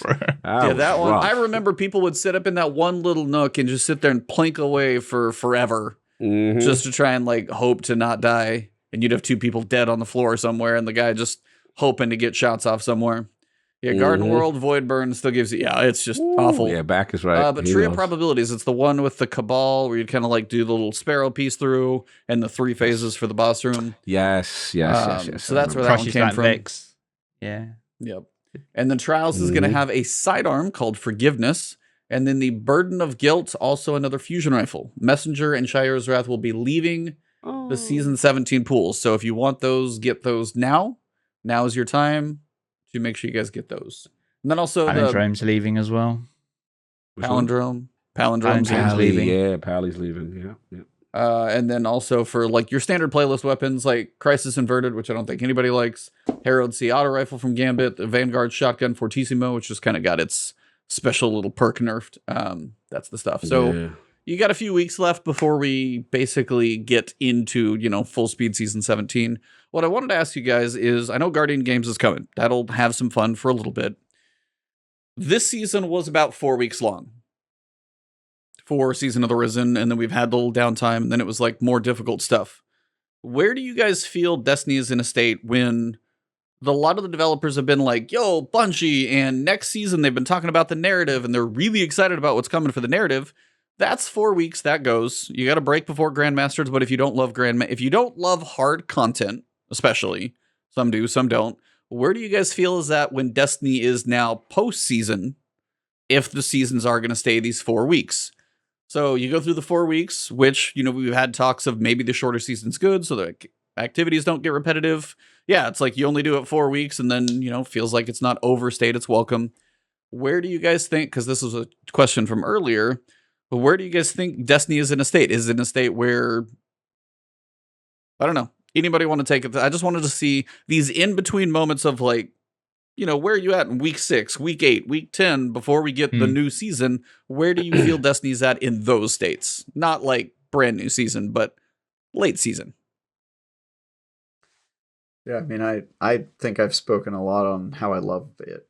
I think, I value my time. I don't like repeating the same activities over and over again. And I also think it sort of belabors the point if your story takes like 12 weeks to tell, and it's just like, okay, when are we going to get to that thing? Like, let's just do it. So I thought that this was one of the stronger seasons in terms of story. And then the cool thing about it being over quickly was there was no pressure. I didn't have to log on every week, or I would miss a week and be behind on the story. It was sort of like, all right, I'll log on when they got Iron Banner or Trials or something that I want to play. And when I don't want to play it, I won't play it. And I just felt like the lack of anxiety or the FOMO that kind of sometimes gestates within a Destiny player is good to not have around, because I can play Destiny when I want to and not play it when I don't. It's been good, man. I got the raid exotic this week. Let's go. Disciple. Nice. So yeah, I mean, I'm Are you going to use it though? Because I don't know anyone else that does. One of the more not. convoluted weapons I've ever seen. When you try and even read the description, you're like, I don't even know what I just read. Can I get a physics degree to try and understand what I just read? Like, yeah, it's like you basically. I really hope they give that. Somebody actually meant something about that as well. I cannot remember who said it in chat, so if it's one of you guys who are in there now, I apologize. That exotic is so Void 3.0 specific. It feels like it should have been Season of the Risen type exotic or something else. And then like Labrie's Ruin should have potentially been the exotic. Yeah, that's what I felt, a good exotic glaive, because that's literally the boss's weapon. And then we get this random Void 3.0. So it just, somebody mentioned that and I was like, that is 100%. Yeah, I agree with that one. But yeah, I got the exotic a few weeks. I haven't even fired the thing yet because I know it's just a mess. It is an absolute mess. See, I got the worst raid weapon early. Speaking of which, there you go. Finally. Sorry, go ahead, Trev. No, I was just saying. There you go, Z. He finally got that weapon he wanted. Oh yeah, see, that's your RNG for the Vex. There you go. I'm sorry. It's too soon. It was too soon. The pain, you can see it. I'm sorry. I may have been too soon, but yeah, like I forgot to mention as far as the buffs from the Eyes of Tomorrow. I was thinking about Trav on this. That like got a nice little substantial chunk, man. Because what is it, 30% on? Yeah, because or 30% on bosses or something like that. So but maybe it'll be worth champions. The pain. Maybe I can't remember what it was. Yeah, got it, Jarv. That's because I think Era made a video on it. I think I made one as well, but like it did 30% less damage against champions and bosses. So it should do what it should have done to begin with, which means it should be good. And to your point, Jarv, the reason why I'm excited, not to cut you, the reason why I'm very excited, one, it's the pain it took for so many to get it. Trav, apologies. He's oh god, well, 80 runs. 80 runs. DJ's in there, no doubt. Yeah, 80. Somewhere around there. And I know people in that same situation that for whatever reason, the RNG was definitely busted with that one. But for me, what kind of, because it was so hard to get there when I finally got it, and I'm not going to lie, Jarv, like when Galley came out, I'm like, I'm never going to use You know what I'm saying? Like, I'm never going to use it because I'm Oh, like, as of it's tomorrow? the Yeah, more- no. So now it gives me hope because I always feel raid exclusive exotics should have that kick. Like Taraba should be dominant. You know, Vex should be somewhat dominant. And yeah, You I think like raids should have something that's worth going after? let's stop it. no. We being nice. We moving on. 1K voices. No. I still haven't. I haven't got 1K Yeah. yet. DJ's in there. He probably wants to run it right after we do this. Yeah, so I don't have got it, but it is. I was happy about that. So I just want to talk about raid exotics. All right, for a second. so Cogs, Only what- exotic I'm missing is that helmet. I got to get you to tell me the next time the Lost Sector is helmets. Yes. So I can. Oh, can if run I it. see it, I have a schedule. I'll send it to you, so it's fine. Oh yeah, I think every season, like I end up forgetting about the Lost Sector Yeah. exotic, and then I just ask you to like text me when it Yep. happens. I was And I'm like, like, oh, I got a reminder. I'm gonna send you a schedule after this. Just remind me to send you a schedule, and then you can put reminders on your calendar, so I don't have to. Deal? Mhm. Yeah, but no, I think you should. I like this premium service that you're offering. Premium You service. should offer it to all your followers on YouTube and Premium Twitter. Like, just Here is calendar. text You them schedule. Yeah. specifically. Here, I need your direct phone number, so you get mine when I text you. There's nothing wrong with this situation at all. I love our relationship, Ian. I think it's great, and it's one directional. Most importantly, Wow. Totally beneficial to Trav. Salute. yeah, I'm crushing it out here. He's so stupid. To E's question. Anyway, You know, Seasons. yeah, seasons. I like it. I'm fine. I'm good. You know, you get to catch up. You get to break away. I think I wanted to talk more about not directly what you wanted to talk about, but kind of more about. I wanted to kind of pivot to how I envision next season. And I yeah. think obviously they're excited about the narrative. They're excited at Bungie tweeting from the mountaintops. I get it. I'm more excited about the combination of another 3.0 and a dungeon. That's a lot of meat And a multiplayer map. and some maps. Wait, I'm sorry. Did you say the words Crucible map and Destiny Yes, 2 yes, in the yes, same yes. sentence? Yes, Yeah, I because can't believe this it. is where me and Travel realign, and I have to go against Jarv for one thing, which is as great as Witch Queen is, and we love it. Narrative storytelling at its absolute finest. Witch Queen is pinnacle. Raid for the most part solid, but those other modes, you know, namely PvP. So just to see a little nurture, a little love, a little care towards it, because I still feel as a whole that Destiny still needs to work on the other things. They're great in PvE right now. They're fantastic. They're killing it. But we still got to do the PvP, specifically the Crucible stuff and all that. So at least now we're starting to, you know, get a little thing here, a little map here, a little, you know, just slowly, you know, build that thing back up, please. That's what we want, because I love PvP. So from what I've heard, I feel like they're Oh. building a ritual activities team at Bungie to focus you on the heard? ritual activities. Would it be ritually in the PvP? Well, I mean, PvP's got a little bit next season. One new map. Iron Banner rework. Hey, a baby Iron step. Banner rework. Trials. Adept weapons. There's little bits there. I mean, it's not PvP focused like the season, Right. clearly, but I don't think we'll ever get that in Destiny. I feel. Yeah, I so mean, we saw what Trav- happened with a Gambit focused season, right? So we ain't going to go down that road again. But yeah, it'd be nice. It'd be nice. I mean, a new Crucible map is, you know, jokes aside, is way long overdue. And even just having some form of way of just map voting, dude. Just Oh, add it. yeah. I've been hearing I that. don't want to play like, Exodus keep popping. Crash, like not Exodus Crash. Exodus Okay, yeah, I'd Blue, love strike like, voting, but 4 that'd be a whole times different. in a row. Just maybe map just 2 map voting would be playlists. nice, just from a quality of life improvement Preach it. standpoint. Preach it. Maybe Preach it. just add, you know, competitive and a social playlist that has all the game modes in it, so that we can Just simplify play it, some yeah. of these other modes that never get played. I don't know. Well, and it will help with the player base, right? Because if you've got Yep. more players, the games will be more enjoyable. There'll be less. And then switchy. create ranks with rewards that You know, see, you Come know out I'm with every you. season You know I'm based with on you. You always fight me, but actual you ranks. know I'm with you. Imagine not implementing the rank system from like the last FPS you made into your most recent one, or a similar The iteration of it. creators. and, Or and they Rocket League and they or haven't done it literally for 8 years.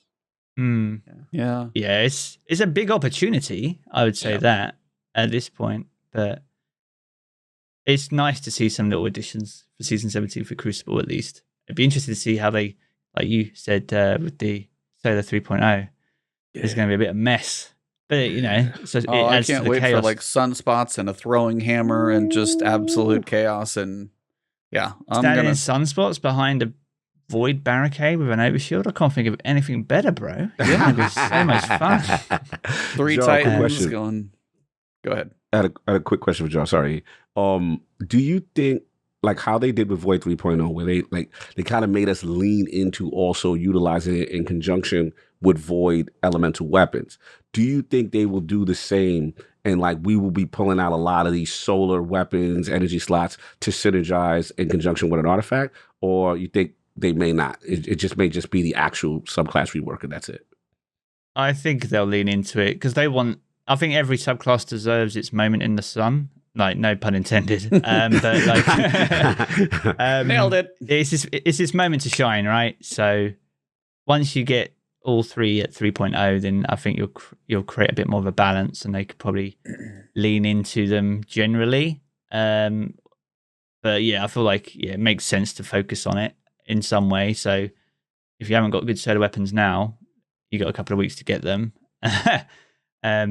But yeah, I mean, it makes absolute sense. It's going to be burning and healing for solar. So yeah, I've been wondering what the verbs are going to be because those are the two obvious ones, like burning, healing.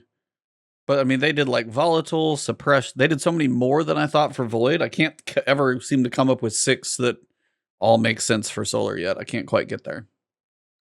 Yeah, man, because like volatile won't exist anymore, but they could do combustion rounds, explosions of some kind. Yeah, that makes sense. They could do something along those lines. Explosions.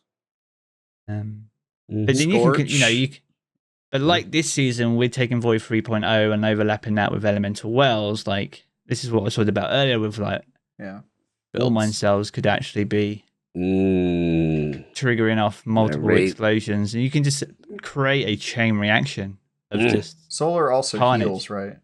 Like Void is overshield, solar heals. That's kind of the because interestingly, what I found out today, thanks to clanmate Adepts, is that like the suppression on Warmind cells doesn't actually engage with any of the suppressive mods this season. Yeah, for some reason they're completely separate from each other. So it makes you think that actually some of the solar elements, some of them may or may not work next season. So it'd be interesting to see what does and doesn't. We're going to have to see how Rage of the Warmind plays in as well with that interesting. But with seasons, just quickly going back to that, I'm sort of along the lines with Trav a little bit. I feel like actually having a little bit of a breather in the season to feel like you can play Destiny when you want to play Destiny, not because you feel that you need to.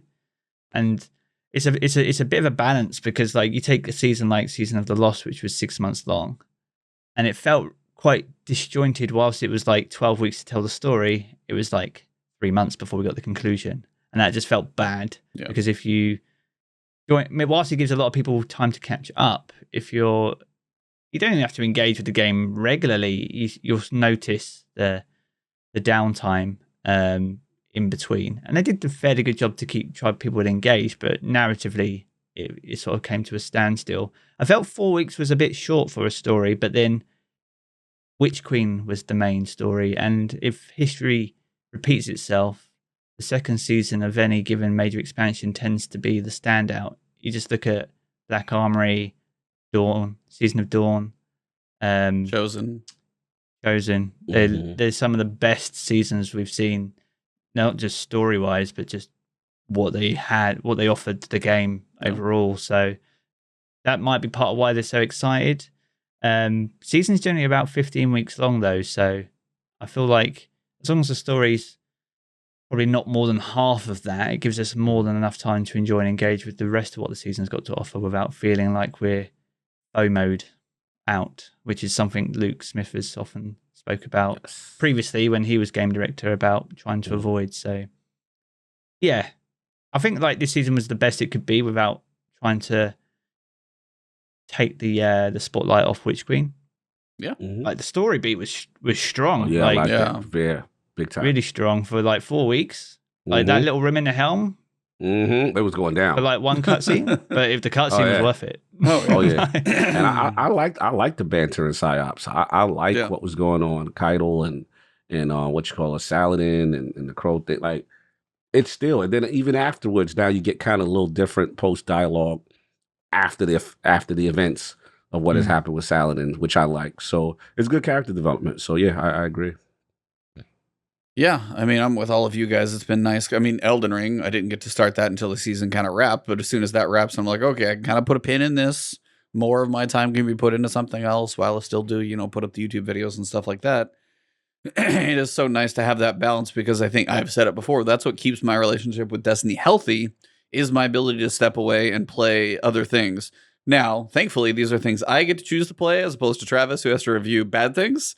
So I apologize for Travis's sake, but he does get some good ones occasionally. But he's also been put through the crap ringer lately. So hopefully your next one's like, I don't know, a beast or something. But no, it's like, I'm getting to a point where, no, he knows what it is. Oh, and he's no. like, no. But you can't even tell us what it is either. I finished reviewing a game like a week ago that was a 7 out of 10, but yeah. Oh, well, at least it's not a 2. I know. I get the occasional all right game. So. Yeah. But I mean, yeah, it's like I want to No play. respect. I've got like 2 or 3 indies I want to play. Horizon's kind of in the backlog for the summer, so that'll probably fall when. Yeah, I'm surprised. No Horizon. Basically, it was Horizon, Destiny, Elden Ring. It was Destiny. Then I'm playing Elden Ring, and then since you guys it's are still playing Elden Ring. I was near. You finished it, I right? was near towards the end, and then I was at Millennia, who's a tough fight, one of the hardest, like if not the hardest per se, depending on what your build is. She got bugged with a recent patch, so I had basically just stepped away. She was impossible to kill because even when she didn't hit you, she would heal. She already has a healing mechanic, but she would heal without even touching you. So I was like, all right, let me take a little breather. They fixed it recently. They told me, so I got to get back into that and finish it because I've only got kind of the final stretch to go. I know it's not a small stretch, but I'm on the final stretch. So I do want to finish that and then, get back into the season. So, but that's the nice, I agree with you guys. The fact that the ending isn't good, we're not waiting for the final chapter in the book. Thank you. I was like, I appreciate that. Whether it's 4 weeks or 6 or however long of a story they got to tell, if they end the story in successive weeks, that's fine. If you want to do an epilogue, a tease to go into the next, cool. So I was like, they continue to learn and like over the years. I mean, we don't have a Gambit focus season. Then you have something like season of, with Osiris and Saint. You're like, this is cool. Then on the other side, thank you, Angry. No, it's not that big. Then we've got like Chosen was like epic, and you had Battlegrounds come in, and just as you guys have said, the next season after an expansion could be. I didn't even think about like the order of those, but as Jarv said, that next season post expansion is usually one of the best. So I think the excitement is it's probably time to get hyped. And Solar 3.0 and Iron Banner rework, all of it coming in the same season. Oh, yeah, I forgot about that. So you've got Iron Banner / Dawn, Season of Dawn. The Iron Banner rework coming in to basically give that piece of PvP a little bit more and another map. Does that Iron Banner quest expire this season? Yes. They're gonna have another one next season. It will. And in all your bounties, your tokens. Every token's got to go in this last. Mm-hmm. Yeah. I haven't played Iron Banner yet, so I need to. Next time it pops up, I need to finish it all. Apparently, that whole turn in all your tokens. It's the last time it comes up this season. So when it comes, I think it's the second to last week. So it's like the penultimate week, isn't it? Yeah, I'm trying to remember the date. Procrastinating again. This is reminding me of my college 24th, years. the 10th, I think, is when it will be. May 10th, I think is. So the second week of Guardian Games, Iron Banner will be the last Iron Banner of the season. So turn in all of your tokens. I have like 2,000 of those to turn in, so I'll get a whole bunch of crap. But again, if you get a good roll on a solar machine gun, save it. You got a lot of potential with that Archon's Thunder if you get a good one. So. I hope that new machine gun has chain reaction, but that's just me. Oh, that would be so much fun. I hope so too. Nice. Subsistence chain reaction. Sign me up. That'd be nice. Yeah. What happened? The room exploded. Yeah. At us all. Moving on. Anything else you guys got for this one? I know we actually managed to do this under 2 hours, which was kind of surprising, but I mean, I pulled us out of the terrible debate earlier, got us into the relative content, and but yeah, and I mean, honestly, guarding games, while it may drag on, like, burn through the stuff that's important and see what you got, but you got 3 weeks left in the season. Play as much or as little as kind of like. Pigeon, thank you for coming in. What's up, man? Pigeon. On a night shift. Going back, mate. I worked nights for 7 years. This is like going back for me. Me too. Yeah, there's moments I worked so many early. Had a chat question from earlier. I thought I answered that one. New Rad. That was kind of what we were talking about with regards to kind of like ending out the seasons. So we did. I want to put a question to you guys real quick. So we got the dungeon next season. Yeah. So where would you like to see that? Because like Grass was like a bit of a labyrinth in the Cosmodrome. Like, think of the destinations that are in the game now. Where would you put it? Europa. I like that. We need to go back there. Yeah, we're kind of beyond light since it's passed and gone away. Yeah, I would like that. Yeah, we haven't done that. I'm trying to think, because you got one on Dreaming City, got one on the moon. We've got Prophecy, which is that literally still kind of somewhere in the unknown. Yeah, it's like, where is that? Just anywhere. Yeah, and then we got inside of Star Horse. It's in Star Horse's butt. Grasp, of course, you said Cosmodrome. So those are the 4. So this will be number 5. I was like, Throne World would be the other one. Yeah, it's like Europa or Throne World. Somebody said, why not Throne World? My answer is because I've been at the Throne World for a lot recently. So you need a little bit of a break. Variety of... So all the swampy, you're going to trade out for all the snowy? Interestingly, no one's mentioned Nessus. I thought about that too, but I was like... Nessus needs some love, but... Yeah. Nessus, it's been so long. It feels like a very arbitrary reason to go. Yeah. The only reason I would wonder about something like Nessus is because... Europa had like the new engine and the lighting done, so it's going to stay in the game for a while. There's some of the older destinations where I don't know if they're going to like rework or sunset, so they wouldn't put it in a destination that would be older. But if Nessus is still one of the biggest planets, it's still got potential to stay around. Oh, give me a dungeon and a pyramid ship. Sold. I'm done if it's there. That'd be awesome. Savathun's Dreadnought would be pretty sick for a dungeon. Oh, yeah. DJ wants to Dreadnought. Fidget said the Ascendant played on the Throne World. I thought Nessus would be interesting. Like, Nessus would be cool. Who do you guys think the enemies? Because we've had Fallen, Taken, unfortunately, and then Hive. So who do you guys think would be? What do you got? Scorn left and Vex? Depending on where they go with the story. It's time for the Vex to come back outside. Maybe a Vex. When was our Vex dungeon? I've seen Scorn, please. Yeah, I'm okay. I'm okay without Scorn. Yeah, we had Rogue got his I don't want to wait for teleporting for 45 minutes. Have we got a Vex dungeon? Or am I just like smooth brain for a second? No, there's only 4. And 2 are taken. Then you got Cosmodrome with Fallen and Hive for Pit of Heresy. Yeah, you've only got 4. So Vex would be fitting. Yeah, I like that. Vex also works with Europa, by the way. Because it's not Tanix as the boss. On Europa. Yeah. Tanix, like Vexified Tanix. Oh, let's bring Tanix back. Queria 2.0. Oh, God. He didn't actually die, imagine, and we have to kill her in the dungeon again. I want Tanix to be the boss, and I want Varix to scream at 300% volume when he shows up. I want that to... The boss is Fenchurch. No house. Actually, the boss is Aramis because she got thawed.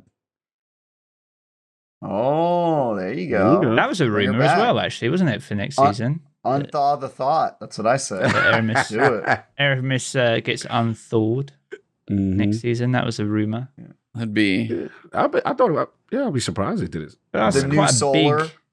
We're messing around with our new solar abilities, and we accidentally melt her. Yeah, we're too strong with the fire. How strong are you? Too strong. Aramis no longer. That's a good suggestion, Jar. Yeah, honestly, I love dungeons, so I'm just like can't wait to get my hands on the new one. They're always my favorite. You know you like dungeons, Z. Oh yeah, this is the And dragons? Not just in Destiny. hmm So about the sponsorship, so check out Advanced. Yeah, I will say, those of you guys who enjoy Advanced GG, check us all out tomorrow. Stay tuned. Good things coming. That's about all I got, though. You guys got anything else you want to ask Jarv? Well, we got the celebrity guest star here, the YouTube rock star, Sensation. Mr. Jarvinius. The sensation. Listen, man, salute the job, man. Proud of you, bro. Proud of you. I see the grind. I see the content. It's consistent. He's a warlock. He's cool. He's the perfect package, man. Like, come on, UK in the building. Nah, but salute, man. It's always good to see what you're doing and catch up. Glad you was able to come through. You know what I mean? And what other exciting projects you have going on, sir? What else is going on with you? It's really I've just been planning a lot for next season. Really, it sounds boring, but yeah, it's like literally getting my ducks in a line. I think you either fail to prepare or prepare to fail, right? So it's just that consistency is all part of the planning, really. So yeah, that's really where I'm at. No major bombshells in that sense. Personally, though, like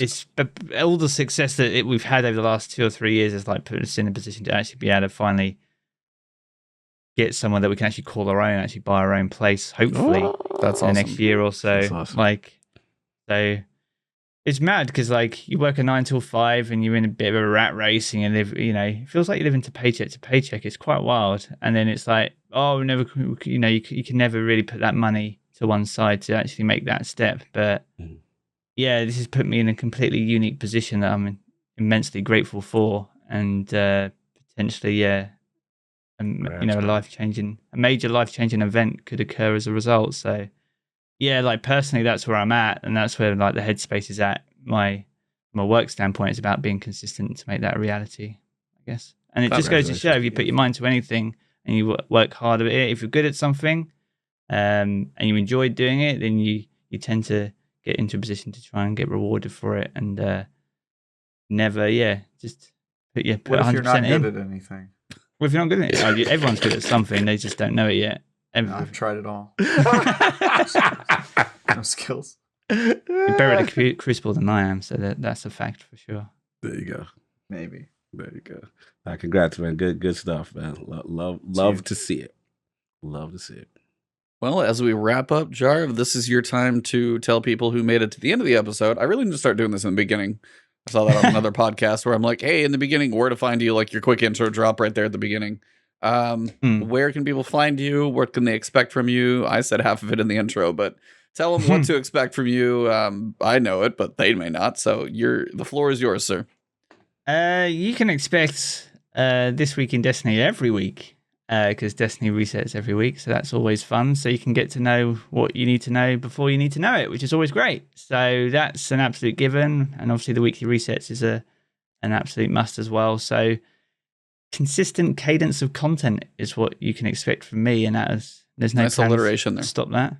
Yeah, man. So that's where we're at. In terms of where you can find me, everywhere at Jarvinus, pretty much. But everyone calls me Jarv. Even my mum at one point. That was really awkward. But anyway. Nice. Hey, Jarv, you're like, I'm sorry? That paycheck hit different now. Mate, when someone uses my real name, I feel like I'm being told off. Like, hang on a second. Barely even hear it nowadays, but it's all good. But yeah, that's where you can find me, and that's what you can expect. That's hilarious. It sounds so funny for you to say you've been told off. That sounds so British. I love it. Yeah, so British, but also so like you've been told off. Like that sounds worse than being cussed out in the States. Like being told off is like, no, they just destroyed you with words somehow. That just cracks me up. Travis, what do you got on the horizon? Something you can't talk about and anything you can talk about? I think I can talk about most of the stuff I've worked on. So yeah, I've got a couple reviews coming out soon. Content you can find at IGN.com.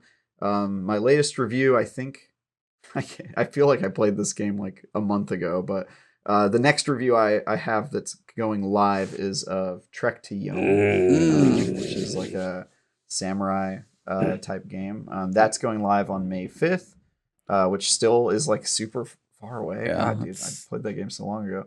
And then I've got some other stuff on the pipe, but you can find me on Twitter at TagGuyTravis. You can watch all my reviews, previews, and other stuff on IGN.com. And on Sundays, I fight with a lawyer for some reason on a show called Bitcast.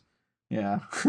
Well, we rarely see eye to eye, but we love each other. So you can watch me do that on Sundays at 8 a.m. Pacific if you want to wake up early and hang out with me.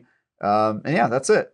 Love being here. Love fighting with Cog. Love you, brother. Fisticuffs with my boy. You already know. I'm gonna be like the ref on the sidelines when you two get into like a UFC match over here. So yeah, but here's the thing: you're a biased ref. You're always on his side. You're never reffing on my side. You're like a ref, but instead of wearing the stripes, you've got like his team logo on your shirt. You know what I mean? Sponsored by Cog on the ref's jersey over here. You're like, that seems wrong. For sure. Break it up, guys. You got it, Cog. Yeah.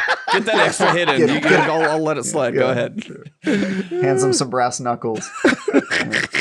That was good. Cog, what about you, man? What do you got upcoming? Look, man, a lot of PAX coverage. Please check it out. We really hit a lot of games there. The AA space, AAA space, some phenomenal games. Evil West, go check that out. Trek to Yomi, which Travis is about to review. We got, a lot of good stuff coming in the gaming space. Also, Defining Duke, where Maddie plays. Maddie came up to PAX. That was cool. We got to hang out again. Saw those pictures. That was so dope, man. I love Maddie, man. He's hilarious. And Iron Lord podcast. You already know every Sunday's the Lord's Day. More guests, more fun thing cooking. And honestly, I'm getting excited about GCX. I've been planning, been doing a lot of stuff going on there. Xbox decides to do something to annoy me.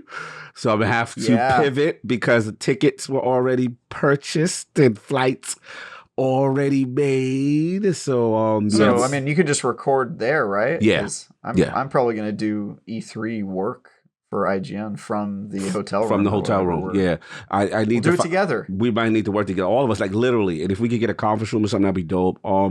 Need to find out about the high-speed internet in the Leviathan, Rosen, Shingle Creek I don't situation. think they've discovered high-speed internet. Oh, in Florida. God. Florida. They've got high-speed alligators.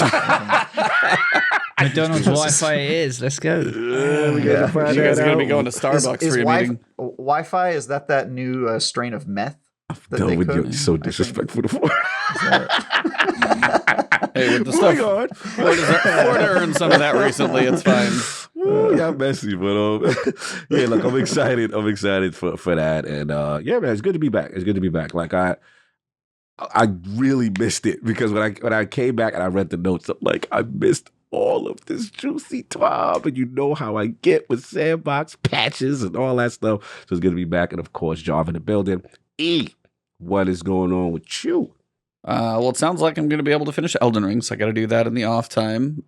Same thing, trying to see what I've got ready for Guardian games coming up, get ready for Season 17, and then just watch the rocket ship of Jarv on the YouTube world leave and travel to the moon. And mad respect, man. No, seriously, thank you for bringing us on, for coming on tonight, first off.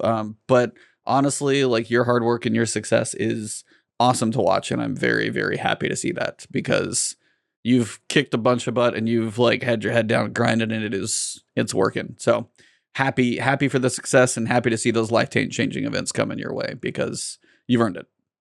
Appreciate it, man. Super kind. Yes, sir. For me, Evantis everywhere, Twitch, Twitter, YouTube. You guys know where to find me. Stay tuned for either streams from me. You guys know where to follow, but please, Iron Lords podcast, lordsofgaming.net, Lord Cognito, find him. Travis, please find all of his things related to YouTube, and then the Bitcasts, where I know they're going to be doing something. I may be swinging by the Bitcast. We'll find out. Maybe. Maybe. I know you're going to be there. Yeah. So there's He getting around. She's moving. No, Ains reached out, so I guess I got to figure it out. So you might find me on Sunday chatting for a little quick pop in, and then please go follow Jarv everywhere. Just look up that, find the V, and you guys will find amazing content from a very, very awesome gentleman. So that is where we wrap up this episode. So thank you all very much for being here. Chat, you guys have been awesome. Again, thank you, the hosts. Thank you to our guest. And for this episode, it has been Last word.